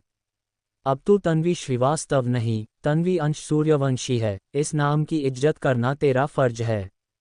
अब से तुझे तेरी जिंदगी सूर्यवंशी खानदान की छोटी बहू के रूप में बितानी है, अगली बार तू कुछ गड़बड़ करेगी तो तुझसे तेरी दीदी नहीं तेरी जेठानी बात करेगी। ऐसा कहकर तारा अपने रूम में चली जाती है। तन्वी अपने मन में कहती है, इतनी देर कौन सी मेरी दीदी बात कर रही थी मुझसे, दीदी तो अभी जेठानी बन गई। रात के 3:30 बज गए थे। तन्वी अंश के रूम का डोर खोलती है। लाइट बंद थी रूम की। तन्वी दरवाज़ा बंद करके अंदर आ जाती है। वो लाइट जलाती है तो वो देखती है अंश बेड पर सोया हुआ है। उसने अपने जूते भी नहीं खोले थे। वो जैसा आया था वैसे ही सो गया था। तन्वी उसके पैरों के पास बैठ जाती है और उसके जूते खोलने लगती है। उसकी ऐसी हरकत से अंश की नींद खुल जाती है। वो तन्वी को कहता है, ये क्या कर रही हो तुम? तन्वी उसके जूते खोलते हुए उसे कहती है, आप ऐसे ही सो रहे थे, आपके पैरों से जूते निकाल रही हूँ। जूते पहनकर नहीं सोना चाहिए, बेड खराब हो जाएगा जूतों से। आपके पैरों में प्रॉब्लम भी होगी पूरी रात जूते पहनने से। अंश को तन्वी का उसको आप कहना उसको बहुत ज़्यादा अजीब लग रहा था। उसको तो तन्वी का उसे बंदर कहने की आदत हो गई थी। अंश तन्वी को कहता है, ऐसे क्यों बात कर रही हो तुम मुझसे? ना तो तुम्हें मेरे जूते खोलने की ज़रूरत है, ना ही ऐसे आप कहने की। तन्वी उसे कहती है, दीदी और मम्मी ने कहा है आपको आप कहने के लिए, आपकी वाइफ होने के सारे फ़र्ज निभाने के लिए, आपकी छोटी बड़ी ज़रूरत का ध्यान रखने के लिए। मैं ये काम नहीं करूँगी तो कौन करेगा? अंश आराम से बैठ जाता है और उसको कहता है, मुझे पता है हमारी शादी तुम्हारी मर्जी से नहीं हुई है, इसीलिए तुम्हें कुछ भी जल्दबाजी में करने की कोई ज़रूरत नहीं है। अपना टाइम लो सब कुछ समझने के लिए। जो रिश्ते जल्दबाजी में जुड़ते हैं वो उतनी है जल्दी टूट जाते हैं। तन्वी उसे पूछती है, हमारा रिश्ता भी जल्दबाजी में जुड़ा है तो क्या ये भी? अंश उसकी बात पूरी होने से पहले थोड़ी ऊंची आवाज में कहता है, डोंट यू डेयर, मुझे रिश्ते तोड़ने वाले लोग पसंद नहीं है। अंश के इससे ऊंची आवाज में बोलने पर तन्वी उसको बड़ी बड़ी आंखें करके देखने लगती है। उसको थोड़ा डर लगता है उससे। तन्वी को डरता देखकर अंश उसको प्यार से शांति से कहता है, सॉरी, तुम तो नीचे सो रही थी ना, यहाँ कैसे आ गई? तन्वी उसे कहती है, वो दीदी ने कहा कि तुम्हारी, मेरा मतलब है आपकी और मेरी शादी हो है तो अब हमें साथ में ही रहना चाहिए। मेरा सारा सामान आपके रूम में शिफ्ट करवा दिया है दीदी ने। आपके रूम में आपके साथ ही रहूंगी मैं अब से। अंश उसे कहता है, ठीक है अब जाओ और अपनी ड्रेस चेंज करके सो जाओ। फिर से मेरे पैरों के हाथ नहीं लगाना कभी। तुम मेरी वाइफ हो, कोई सर्वेंट नहीं हो, और मैं सर्वेंट से भी ये काम नहीं करवाता कभी। तन्वी हाँ में सर हिलाकर बेड से उठने लगती है पर अंश उसका हाथ पकड़कर उसे वापस बैठा कहता है, काली बिल्ली तुम्हारे मुंह से ये आप सूट नहीं कर रहा, अब आदत हो गई है तुम्हारे मुंह से बंदर सुनने की। तन्वी उसे कहती है, दीदी मुझे डांट लगाएगी, अगर तुम्हें मेरा मतलब है आपको बंदर कहा तो वो ये कहेगी कि आप मेरे पति हो, इसीलिए मुझे आपको बंदर नहीं कहना चाहिए। उनकी बात सही है, मुझे आपको आप ही कहना चाहिए, दीदी और जीजू भी एक दूसरे को आप ही कहती है ना। अंश उसे पूछता है, तुम्हारा मन मुझे क्या कहने को करता है? तन्वी उसे कहती है, मेरा मन तो बंदर कहने को ही करता है, तभी तो आपको बंदर कहती हूँ मैं।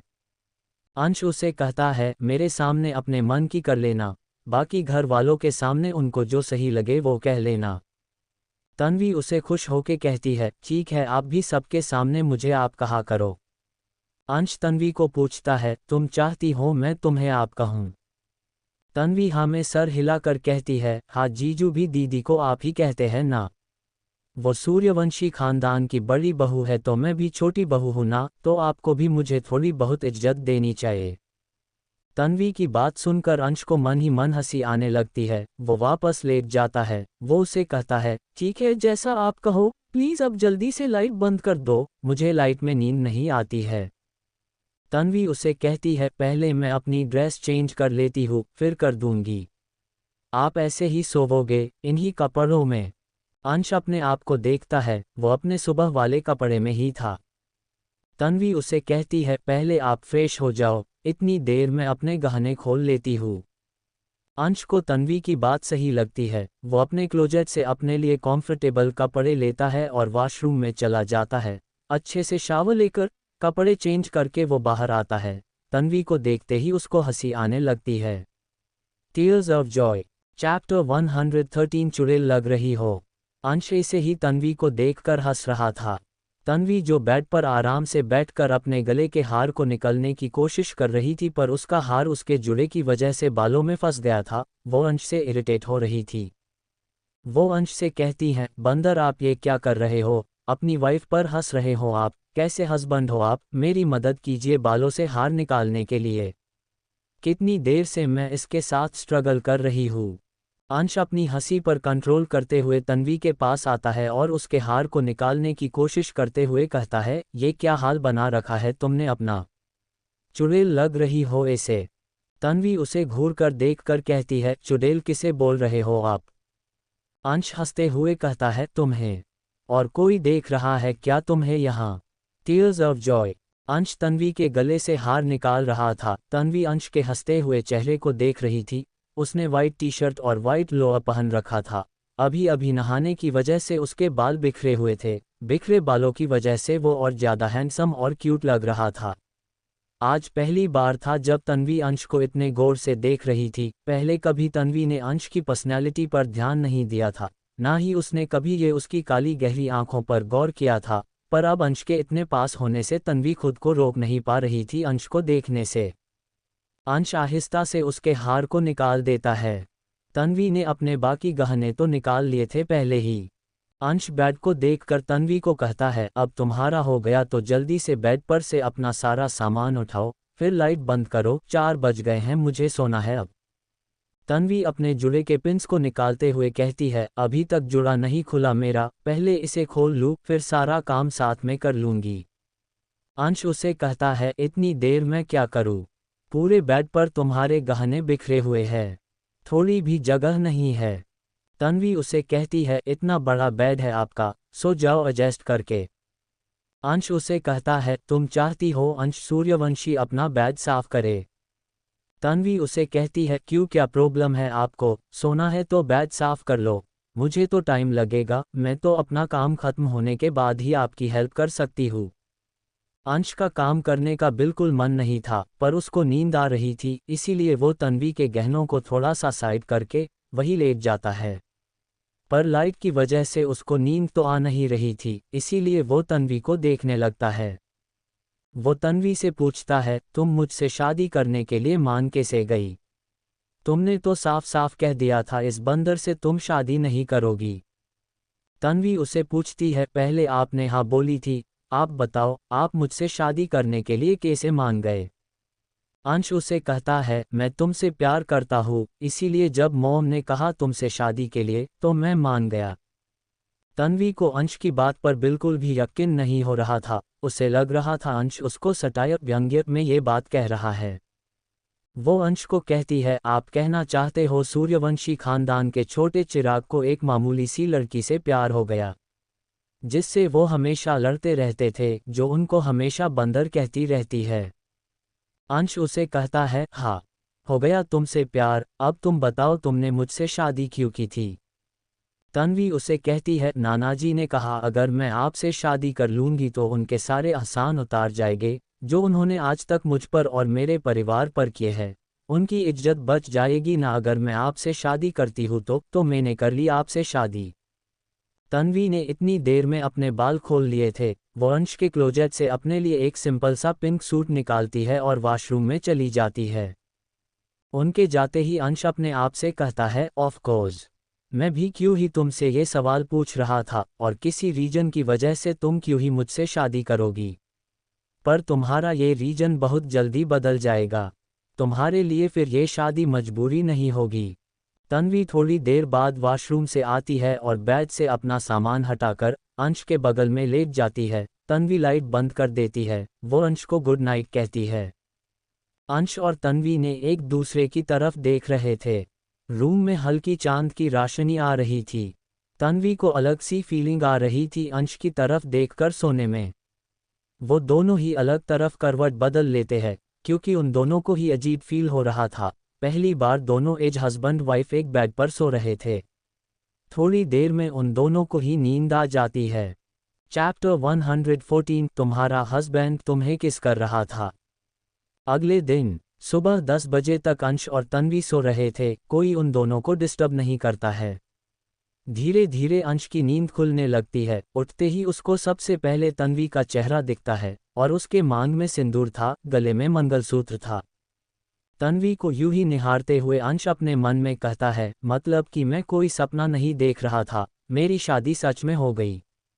अंश आगे आता है और तन्वी के माथे पर किस करके उसको धीरे से कहता है, गुड मॉर्निंग मेरी काली बिल्ली, मेरा मतलब है मिसेज सूर्यवंशी। अंश के किस से तन्वी अपनी आंखें धीरे से खोलती है। अंश को अपने इतने पास देख कुछ पल के लिए तन्वी ब्लैंक हो जाती है। वो घबरा कर अंश को कहती है, बंदर तुम मेरे रूम में क्या कर रहे हो? क्या कर रहे थे मेरे उठने से पहले तुम? मेरी नींद में होने का फ़ायदा उठा रहे थे तुम? मुझे किस कर रहे थे तुम? मैं कोई तुम्हारी गर्लफ्रेंड हूँ क्यों जो तुम मुझे किस कर रहे थे? अंश को उसकी बात सुनकर हंसी आने लगती है। तन्वी उसे कहती है, बंदर तुम हंस क्यों रहे हो? मैंने तुम्हें पहले ही कहा था, उल्टी सीधी हरकत अगर तुम मेरे साथ करोगे तो मैं जीजू को बता दूंगी, दीदी को भी बता दूंगी मैं तुम क्या कर रहे थे। अंश उसके बिल्कुल पास आकर उसकी आंखों में देखकर कहता है, जाओ बताकर आओ भाई और भाभी को कि तुम्हारा हस्बैंड तुम्हें किस कर रहा था। मैं तो कहता हूँ मॉम से भी मेरी शिकायत कर ही दो, आज सुन लूंगा उनकी डांट अगर मैं कुछ गलत कर रहा हूँ तो। चलो चलते हैं। अंश की बात सुनकर तन्वी को रात में जो कुछ भी हुआ वो सब याद आने लगता है। उसके गाल शर्म से लाल हो जाते हैं। अंश का उसको किस करना याद करके अंश उसे थोड़ा दूर हो जाता है। तन्वी उसे धीरे धीरे कहती है, बंदर आप मुझे ऐसे क्यों कर रहे थे? मैं सो रही थी, ये सब ऐसे गलत। तन्वी चुप हो जाती है, वो आगे कुछ भी नहीं कह पाती है। कोष्टक। अंश बेड से उठ जाता है, वो उसे कहता है, सॉरी तुम्हें गलत लगा हो मेरा तुम्हें किस करना, आगे से कभी नहीं करूँगा। अंश उठकर अपनी पर्सनल जिम में चला जाता है, जो कि उसके रूम से ही अटैच था। तन्वी उसके जाते ही अपने आप से कहती है, मैंने कुछ गलत कह दिया क्या? वो बस किस ही तो कर रहे थे मुझे, हस्बैंड है वो मेरे, पर वो मुझे किस क्यों कर रहे थे बिना किसी फीलिंग के। दूसरी तरफ तारा यशोदा जी के पास बैठी थी, बाहर हॉल में। वो बार अंश के रूम की तरफ देख रही। यशोदा जी उसको कहती है, रात को लेट सोए थे वो दोनों, इतनी जल्दी नहीं उठेंगे। तारा उनको कहती है, मॉम तन्वी बच्ची है, प्लीज़ आप उसकी बातों को उसका बचपना समझकर माफ़ कर देना। मैं उसको सब समझा दूंगी यहाँ के तौर तरीकों के बारे में। आपको अगली बार शिकायत का मौका नहीं देगी वो। यशोदा जी उसे कहती है, तन्वी जब यहाँ पिछली बार आई थी तभी मैंने उसको अपनी बेटी मान लिया था।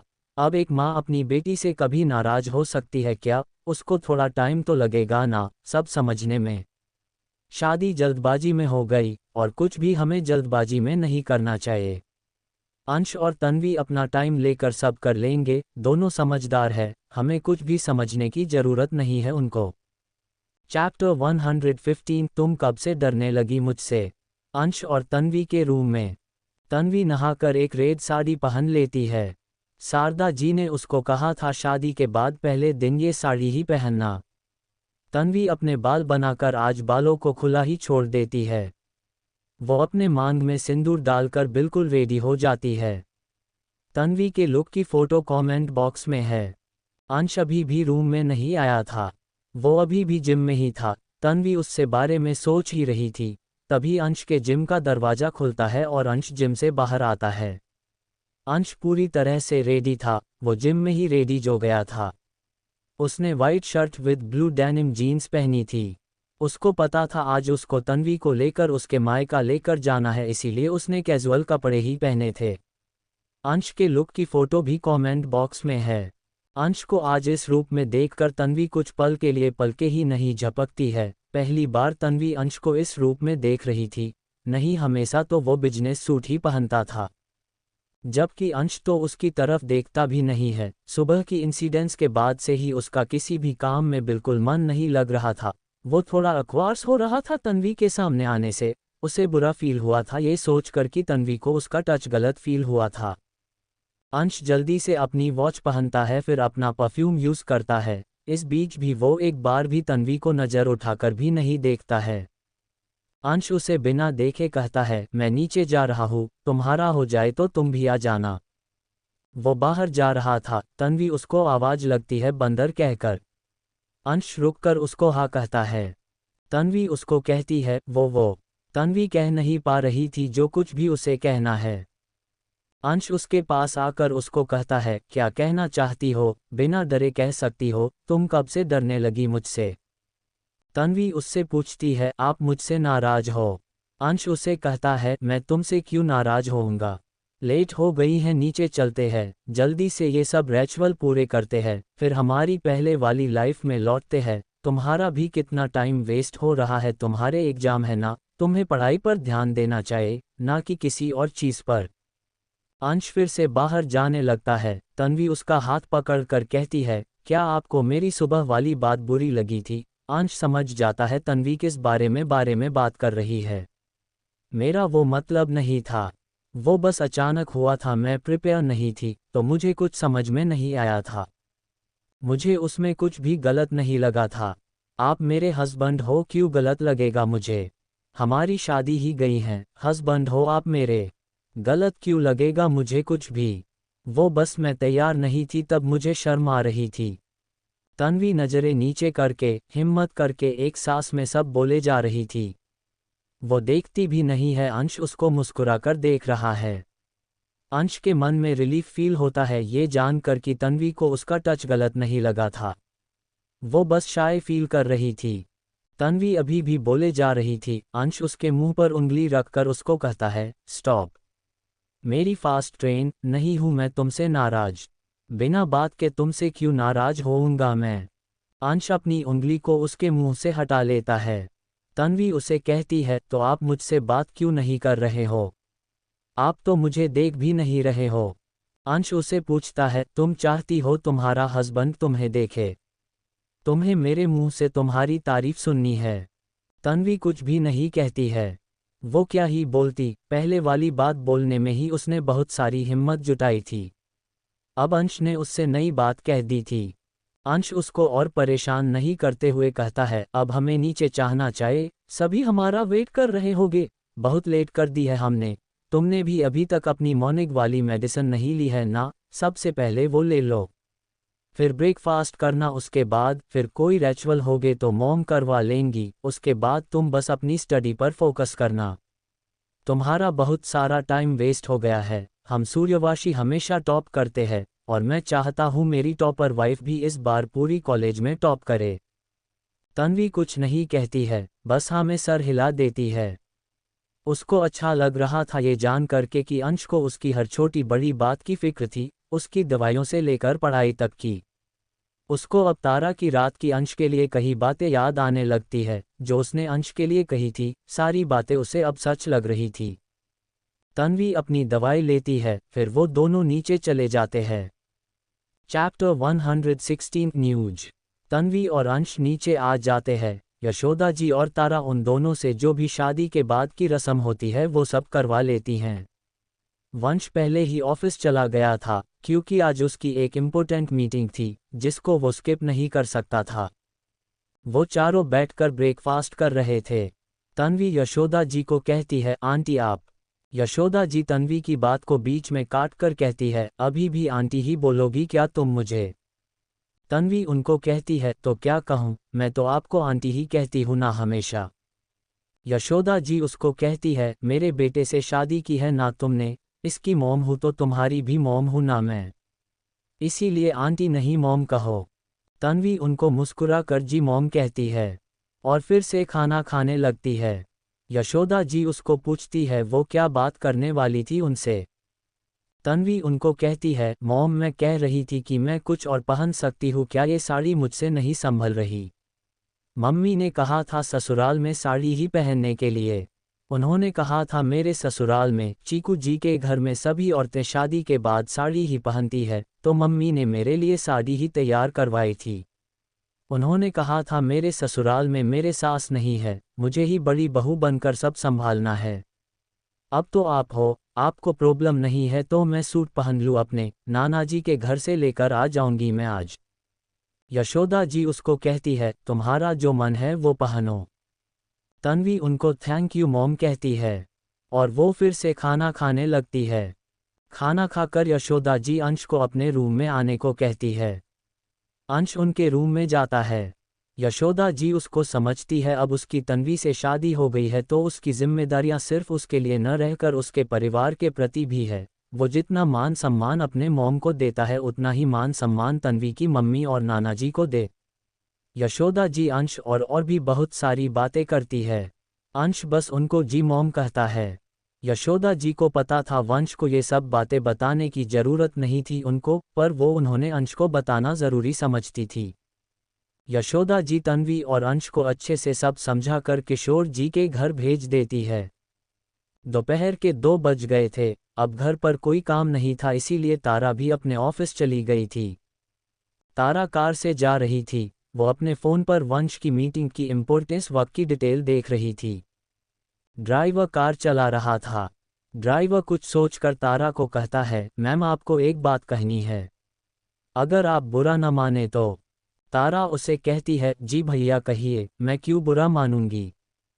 ड्राइवर उसे कहता है, मैम डे से जब आपकी और वंश सर की शादी हुई थी तब हर न्यूज़ चैनल पर आपकी शादी की बातें आ रही थी, वैसे ही आज अंश सर और तन्वी मैम की शादी की न्यूज़ आ रही है, और वो न्यूज़ सही तो बिल्कुल नहीं आ रही है।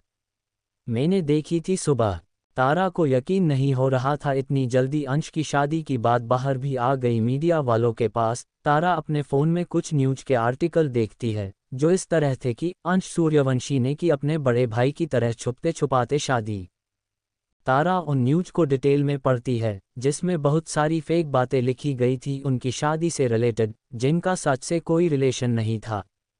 एक मीडिया हाउस ने तो ये तक लिख रखा था कि तारा ने पहले वंश से शादी की फिर अपने देवर से अपनी बहन की शादी करवा दी। ये सब बातें बहुत सारा मिर्च मसाला डालकर लिखी हुई है, जिसमें तारा और तन्वी को गोल्ड डिगर शो किया गया था जो कि अमीर लड़कों को फंसाना चाहती है। बस तारा को उन न्यूज़ को पढ़कर बस गुस्सा आ रहा था। उसकी शादी के टाइम भी न्यूज़ वालों ने ऐसे ही बहुत सारी फेक न्यूज़ दिखाई थी तारा के लिए, वो भी सिर्फ व्यूज के लिए। इतनी देर में वंश का ऑफिस आ गया था। वो अंदर चली जाती है। तारा जाते ही अपनी डेस्क पर जाती है। तारा नहीं चाहती थी उन न्यूज़ को तन्वी या अंश देखे। उसने सोच लिया था इन न्यूज़ को आज ही बंद करवाना है। इस बार वो स्ट्रिक्ट एक्शन लेना चाहती थी ताकि ये मीडिया वाले आगे से ऐसा काम करे ही ना। तो तारा उन सभी मीडिया हाउस पर अपने लॉयर से बात करके सभी को लीगल नोटिस भेजने के लिए कह देती है। वो अपने सारे सोर्स लगा देती है, मीडिया वालों से खुद बात करके उन न्यूज़ को हटाने के लिए कहती है। कुछ मान जाते हैं, जो नहीं मानते वो डिफेमेशन मानहानि का केस से डरकर मान जाते हैं। 2 घंटे में सारी न्यूज़ हट चुकी थी। अब तारा रिलीफ फील करती है। वो पियून को अपने लिए कॉफ़ी लाने के लिए कहती है। कॉफ़ी पीकर वो अपना बाकी बचा काम करने लगती है। चैप्टर 117, जिसको भी मेरी पत्नी को डांटना है वो पहले मुझे कहे। तन्वी और अंश किशोर जी के घर पहुंच गए थे। तन्वी जल्दी से चलकर घर के अंदर चली जाती है। अंश अपनी कार पार्क कर रहा था। शारदा जी, किशोर जी और तनु उनके स्वागत के लिए अंदर खड़े थे। तन्वी जाते ही किशोर जी और शारदा जी पैर छूती है। तनु तन्वी को पूछता है, दीदी अंश जीजू कहाँ है, आप अकेली आए हो, वो आपके साथ नहीं आए। तन्वी उसे कहती है, आए हैं ना वो मेरे साथ, वो अपनी कार पार्क करके आ रहे हैं। शारदा जी तन्वी को कहती है, तन्वी ये क्या कर रही है तू, जवई जी को पहले आने दे, क्या उनके पहले ही चल रही है तू। वो बाहर है, उनको तो आने देती पहले, पत्नी को पति के पीछे रहना चाहिए। तन्वी उनको कहती है, मम्मी मैं तो अपनी स्पीड से चल रही हूँ, वो बंदर धीरे धीरे चल रहे हैं तो मैं क्या कर सकती हूँ। तनु को हंसी आ रही थी तन्वी की बात सुनकर। किशोर जी उनको घूर कर देखकर अंश को पहले भेजने और उसके पीछे चलने के लिए कहते हैं। तन्वी वापस से घर की बाहर आ जाती है। अंश अपनी कार को लॉक कर रहा था। वो अंश के पास जाकर उसको कहती है, बंदर आइए आप आगे चलिए, मैं आपके पीछे चलूंगी। अंश उसे कहता है, क्यों मेरे पीछे क्यों चलोगी तुम, और वापस क्यों आ गई तुम अंदर जाकर। तन्वी उसे कहती है, मम्मी और नाना जी ने कहा है आपके पीछे चलने के लिए और आपको पहले भेजने के लिए। आप उनके जवई हो ना, तो आप पहले घर के अंदर जाओ। अंश उसका हाथ पकड़कर अंदर ले जाते हुए कहता है, ये क्या बात हुई, मैं जवई हूँ तो तुम भी तो बेटी हो, साथ आए हैं तो साथ चलेंगे ना। तन्वी अपने कदम आगे ना बढ़ाकर कहती है, मैं तो नहीं मानती इन सब बातों को, पर मम्मी ने कहा है पत्नी को पति के पीछे रहना चाहिए। मैं आपके साथ चलूंगी तो मुझे फिर से डांट लगाएंगे मम्मी और नाना जी। अंश तन्वी के हाथ को खींचकर अंदर ले जाते हुए कहता है, जिसको भी मेरी पत्नी को डांटना है वो पहले मुझे कहे। मॉम कहती है, हस्बैंड वाइफ इक्वल होते हैं, कोई किसी से कम या ज़्यादा नहीं होता है। इसीलिए तुम मेरे साथ ही चलोगी, आगे चलोगी तो मुझे और भी अच्छा लगेगा। तुम क्यों मेरे लिए अपनी सुपर फास्ट कार वाली स्पीड को स्लो करोगी? अंश की बात सुनकर तन्वी के चेहरे पर स्माइल आ जाती हैं। अंश का हाथ पकड़कर अंदर अपने कदम बढ़ा लेती है। तन्वी अंश को कहती है, बंदर आपको देखकर कोई नहीं कह सकता, आप ऐसी बातें भी कर सकते हो क्या? अंश उसे पूछता है, ऐसी मतलब कैसी बातें? मैं हमेशा ऐस बड़ी ही बातें ही करता हूँ, तुम्हें ही मैं बेवकूफ़ लगता हूँ, मुझे कभी सीरियस नहीं लेती हो तुम। तन्वी उसे पूछती है, क्यों आप नहीं हो? अंश उसे पूछता है, क्या नहीं हूँ मैं? तन्वी उसे जवाब देती है, बेवकूफ़। अंश उसे घूर कर देखता है। तन्वी हंसने लगती है। तब तक वो दोनों अंदर आ चुके थे। अंश शारदा जी को कहती है, मम्मी आप देख लो, आपकी बेटी मुझे बेवकूफ़ कह रही है। तन्वी उसे कहती है, मम्मी से क्या मेरी शिकायत कर रहे हो आप? मम्मी मेरी मम्मी है। अंश उसे कहता है, ओ रात को शादी हुई थी ना हमारी, मेरी मॉम तुम्हारी मॉम है तो तुम्हारी मम्मी अब मेरी भी मम्मी हुई ना। तन्वी उसे कहती है, बंदर आप। तन्वी शारदा जी और किशोर जी की तरफ देखती है, जो उन दोनों की तरफ ही देख रहे थे। कोष्टक। तन्वी अपनी बात बदल कर कहती है, पतिदेव आप शांत रहिए, मैं तो मजाक कर रही थी आपके साथ, आप नहीं हो बेवकूफ़। किशोर जी और शारदा जी दोनों ना में सर हिलाते हैं, वो अपने मन में सोच रहे थे, क्या होगा इस लड़की का? तन्वी के घर वाले उन दोनों का स्वागत करते हैं। वो दोनों अंदर हाल में सोफे पर बैठ जाते हैं। कुछ देर ऐसे ही इधर उधर की बातें करते हैं। चैप्टर 118 अच्छी वाइफ बनकर अपने हस्बैंड की बात मानो। रात को तन्वी और अंश वापस सूर्यवंशी विला आ जाते हैं। पूर्वी अपनी किताबें और सारा सामान लेकर आ गई थी। वो दोनों बैठकर बैठे थे और तन्वी पढ़ाई कर रही, उसके पास बैठकर अंश अपने लैपटॉप पर काम कर रहा था। तन्वी प्रज्ञा से फ़ोन पर बात कर रही थी, उसको कोई टॉपिक समझा रही थी वो फ़ोन पर। लास्ट में तन्वी उसे कहती है, अभी भी कुछ रह गया है तो कल सुबह समझा दूंगी मैं तुझे। मुझे भी पढ़ना है, 3-4 दिनों से मेरी पढ़ाई बिल्कुल नहीं हुई है। प्रज्ञा उसे कहती है, हाँ कल से तो तुझे बिल्कुल टाइम नहीं मिला होगा ना, नई नई शादी हुई है तेरी, जीजू के साथ क्वालिटी टाइम जो स्पेंड कर रही होगी ना तू। तन्वी नासमझी में कहती है, हाँ शादी के बाद से ही उनके साथ ही हूँ मैं, सारा टाइम उनके साथ ही स्पेंड हो रहा है मेरा। मैंने तो कहा था मैं पहले वाले रूम में रह लूँगी, जिसमें मैं पहले रहती थी, पर दीदी ने समझाया कि पतिदेव के साथ ही रहना पड़ेगा। प्रज्ञा उसे कहती है, तारा दीदी ने सही समझाया है तुझे, पूरी जिंदगी जीजू के साथ ही रहना, वैसे जीजू अब कहाँ है? तन्वी उसे कहती है, यही है तेरे जीजू, अपने लैपटॉप पर काम कर रहे हैं कुछ ऑफिस से रिलेटेड। प्रजा उसे कहती है, ठीक है जीजू को मेरी तरफ से हाई कहना। तन्वी अंश को कहती है, प्रज्ञा आपको हुई कह रही है। अंश लैपटॉप में देखते हुए हेलो कहता है।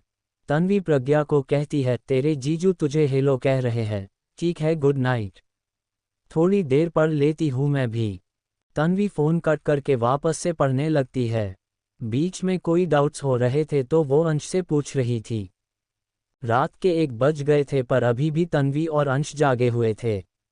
अंश तन्वी की तरफ देखता है जिसको नींद आ रही थी, पर वो सो नहीं रही थी, वो पढ़ रही थी।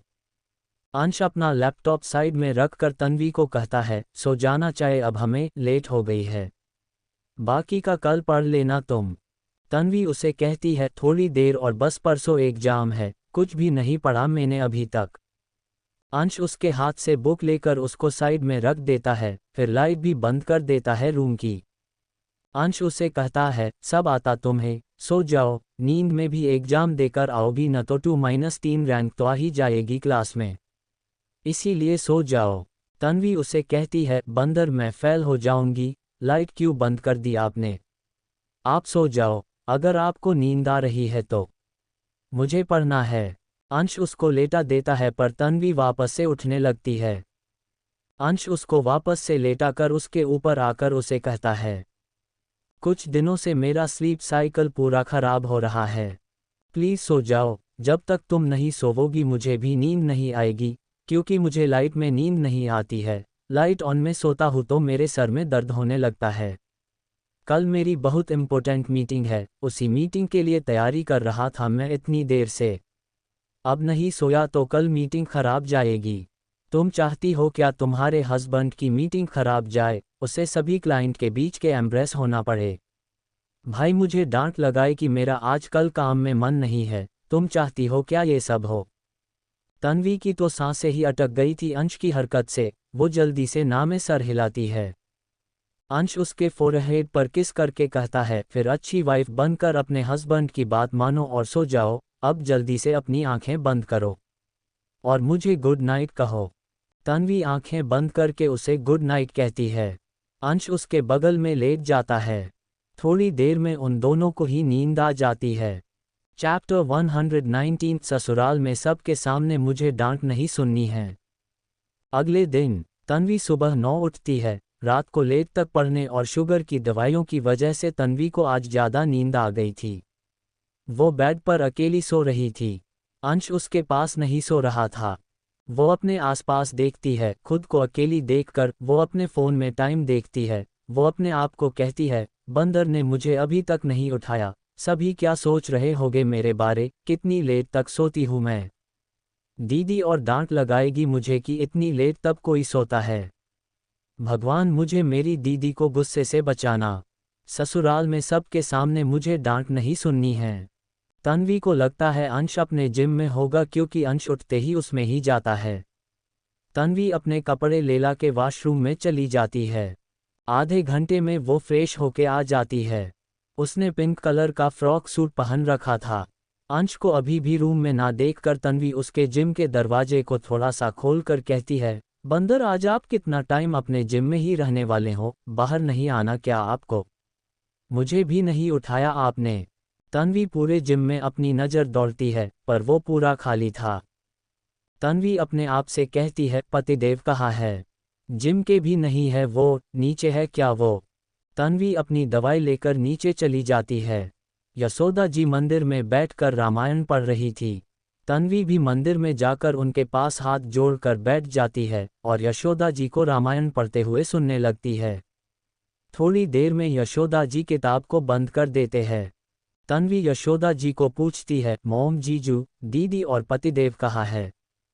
यशोदा जी उसे कहती है, वो तीनों ऑफिस गए। तन्वी को बुरा फील होता है, अंश उससे मिले बिना ऑफिस चला गया। तन्वी को दुखी देखकर यशोदा जी उसे कहती है, अंश आज जल्दी गया था ऑफिस, सुबह 7 बजे ही चला गया था। उसके इम्पोर्टेंट क्लाइंट आने वाले हैं, उसी की तैयारी करनी है। उसने कहा था मुझे, तुम रात को लेट तक पढ़ रही थी इसीलिए तुम्हें ना उठाऊं। अब ब्रेकफास्ट कर लो। मैं सर्वेंट को कहती है तुम्हें खाना सर्व करने के लिए। तन्वी हमें सर हिलाती है और उठकर जाकर डाइनिंग टेबल पर बैठ जाती है। यशोदा जी भी उसके पास बैठ जाती है। तन्वी यशोदा जी से बातें करते करते ब्रेकफास्ट करने लगती है। ब्रेकफास्ट करके वो गार्डन में बैठकर अपने कल वाले एग्जाम के लिए पढ़ने लगती है। दूसरी तरफ तारा और वंश अपने ऑफिस में थे। पिछले कुछ दिनों से नैना ने भी वंश से दूरी बना ली ही। तारा को तो यकीन ही नहीं हो रहा था। नैना ने पहले उसे सामने से धमकी दी थी, अब वो कुछ कर भी नहीं रही थी। पर उसको ये लगता है शायद नैना तारा से डरकर कोई भी हरकत नहीं कर रही हो। तारा बहुत खुश थी ये सोचकर कि उसका पीछा छूट गया नैना से। वंश तो वैसे ही नैना से दूर ही रहता है, सिर्फ काम होने पर ही बार करता था। उसकी टेंशन तो नहीं थी उसे कभी भी। चैप्टर 120 पहले कितना खुश रहता था वंश जब वो मेरे साथ था। वंश और नैना इस वक्त साथ में ही काम कर रहे थे अपने आने वाले प्रोजेक्ट के लिए। वंश नैना के केबिन में था। नैना उसको सारी रिपोर्ट दिखा रही थी, उसका काम कहाँ तक पहुँचा है। वंश लैपटॉप पर सब देख रहा था। इस बात में कोई दो राहें नहीं है कि नैना अपने काम में बहुत ज़्यादा माहिर थी। तभी वंश ने उसकी कंपनी के साथ कॉन्ट्रैक्ट साइन किया था और नैना के डैड ने उसकी सारी जिम्मेदारी उसे सौंपी थी। दोनों कंपनी के लिए ये प्रोजेक्ट बहुत ज़्यादा इम्पोर्टेंट था। नैना की कंपनी के लिए इकोनॉमिक रूप से और वंश का तो सपना था ये प्रोजेक्ट। आधी रिपोर्ट देखने के बाद वंश उसे कहता है, वेरी गुड, तुझसे यही उम्मीद थी मुझे। सब बहुत अच्छे से किया है तूने। ये जो भी काम है इसकी रिपोर्ट बनाकर मुझे मेल कर देना, बाकी का मैं बाद में देख लूँगा। अभी मेरी मीटिंग का टाइम ही गया है, मुझे जाना होगा। वंश जाने कहता है। नैना उससे पीछे से कहती है, वंश चल ना, बातें करते करते है, कितने दिन हो गए हैं हमें टाइम स्पेंड किए हुए। तू तो बस हर टाइम काम ही करता रहता है और मुझसे बस काम की ही बातें करता है तू। वंश उसे कहता है, ऑफिस में है हम नैना, ऑफिस में तो काम की ही बातें करेंगे ना हम, इसीलिए तो आई है तू। नैना उसका हाथ पकड़कर उसको काउच पर बैठ लेती है और खुद उसके पास बैठ जाती है। वो उसे कहती है, तेरी कंपनी में सिर्फ काम के लिए नहीं आई हूँ मैं, काम तो एक बहाना था, मैंने सोचा था मेरा बचपन का बेस्ट फ्रेंड है तू, मजा करूंगी तेरे साथ, गॉसिप करूंगी तेरे साथ, तू तो मेरी तरफ देखता ही नहीं है। मेरे पास भी तभी आता हुआ तू जब तुझे काम होता है। वंश अपनी वॉच में टाइम देखता है। नैना उसको कहती है, क्या टाइम की तरफ देख रहा है? तुम्हें याद है स्कूल में? वंश ऑफ से अपनी वॉच में टाइम देखकर नैना को कहता है। नैना, स्कूल खत्म हुए 12 साल हो गए हैं, सब कुछ पहले की तरह नहीं रहता है। तब हम बच्चे थे, तब हम पर कोई काम की जिम्मेदारी नहीं थी, पर अब है। टाइम बहुत ज़्यादा बदल गया है। तुझ पर तेरे डैड की कंपनी की जिम्मेदारी है और मुझ पर मेरी कंपनी की जिम्मेदारी है। मेरी मीटिंग है 5 मिनट में, मेरा जाना ज़रूरी है। कभी ऑफिस आवर्स ख़त्म होने के बाद बात करेंगे। अभी जाना ज़रूरी है मेरा, सॉरी अभी तुझसे बात नहीं कर सकता मैं। क्लाइंट आ गए होंगे, उनको वेट नहीं करवा सकता मैं। वंश उठकर चला जाता है। नैना अपने आप से कहती है, कितना ज़्यादा बदल गया है मेरा वंश, पहले स्कूल के दिनों में मुझसे बात करते नहीं थकता था वो, अब मुझसे बात करने का भी टाइम नहीं है इसके पास। पहले कितना खुश रहता था वंश जब वो मेरे साथ था, अब कैसे खुद को पूरा टाइम काम में उलझाए रखता है वो। ये सब उस तारा की वजह से हुआ है, जिसकी वजह से मेरे वंश ने जिंदगी जीना ही छोड़ दिया है। उसको तो मैं वंश और अपनी लाइफ से निकाल कर ही रहूंगी। नहीं, मेरा नाम भी नैना खन्ना नहीं। नैना भी वापस अपनी डेस्क पर बैठकर अपना काम करने लगती है। प्लीज़ लाइक, शेयर और comment and thanks for watching and subscribe for listening next chapters of CEO's innocent substitute wife.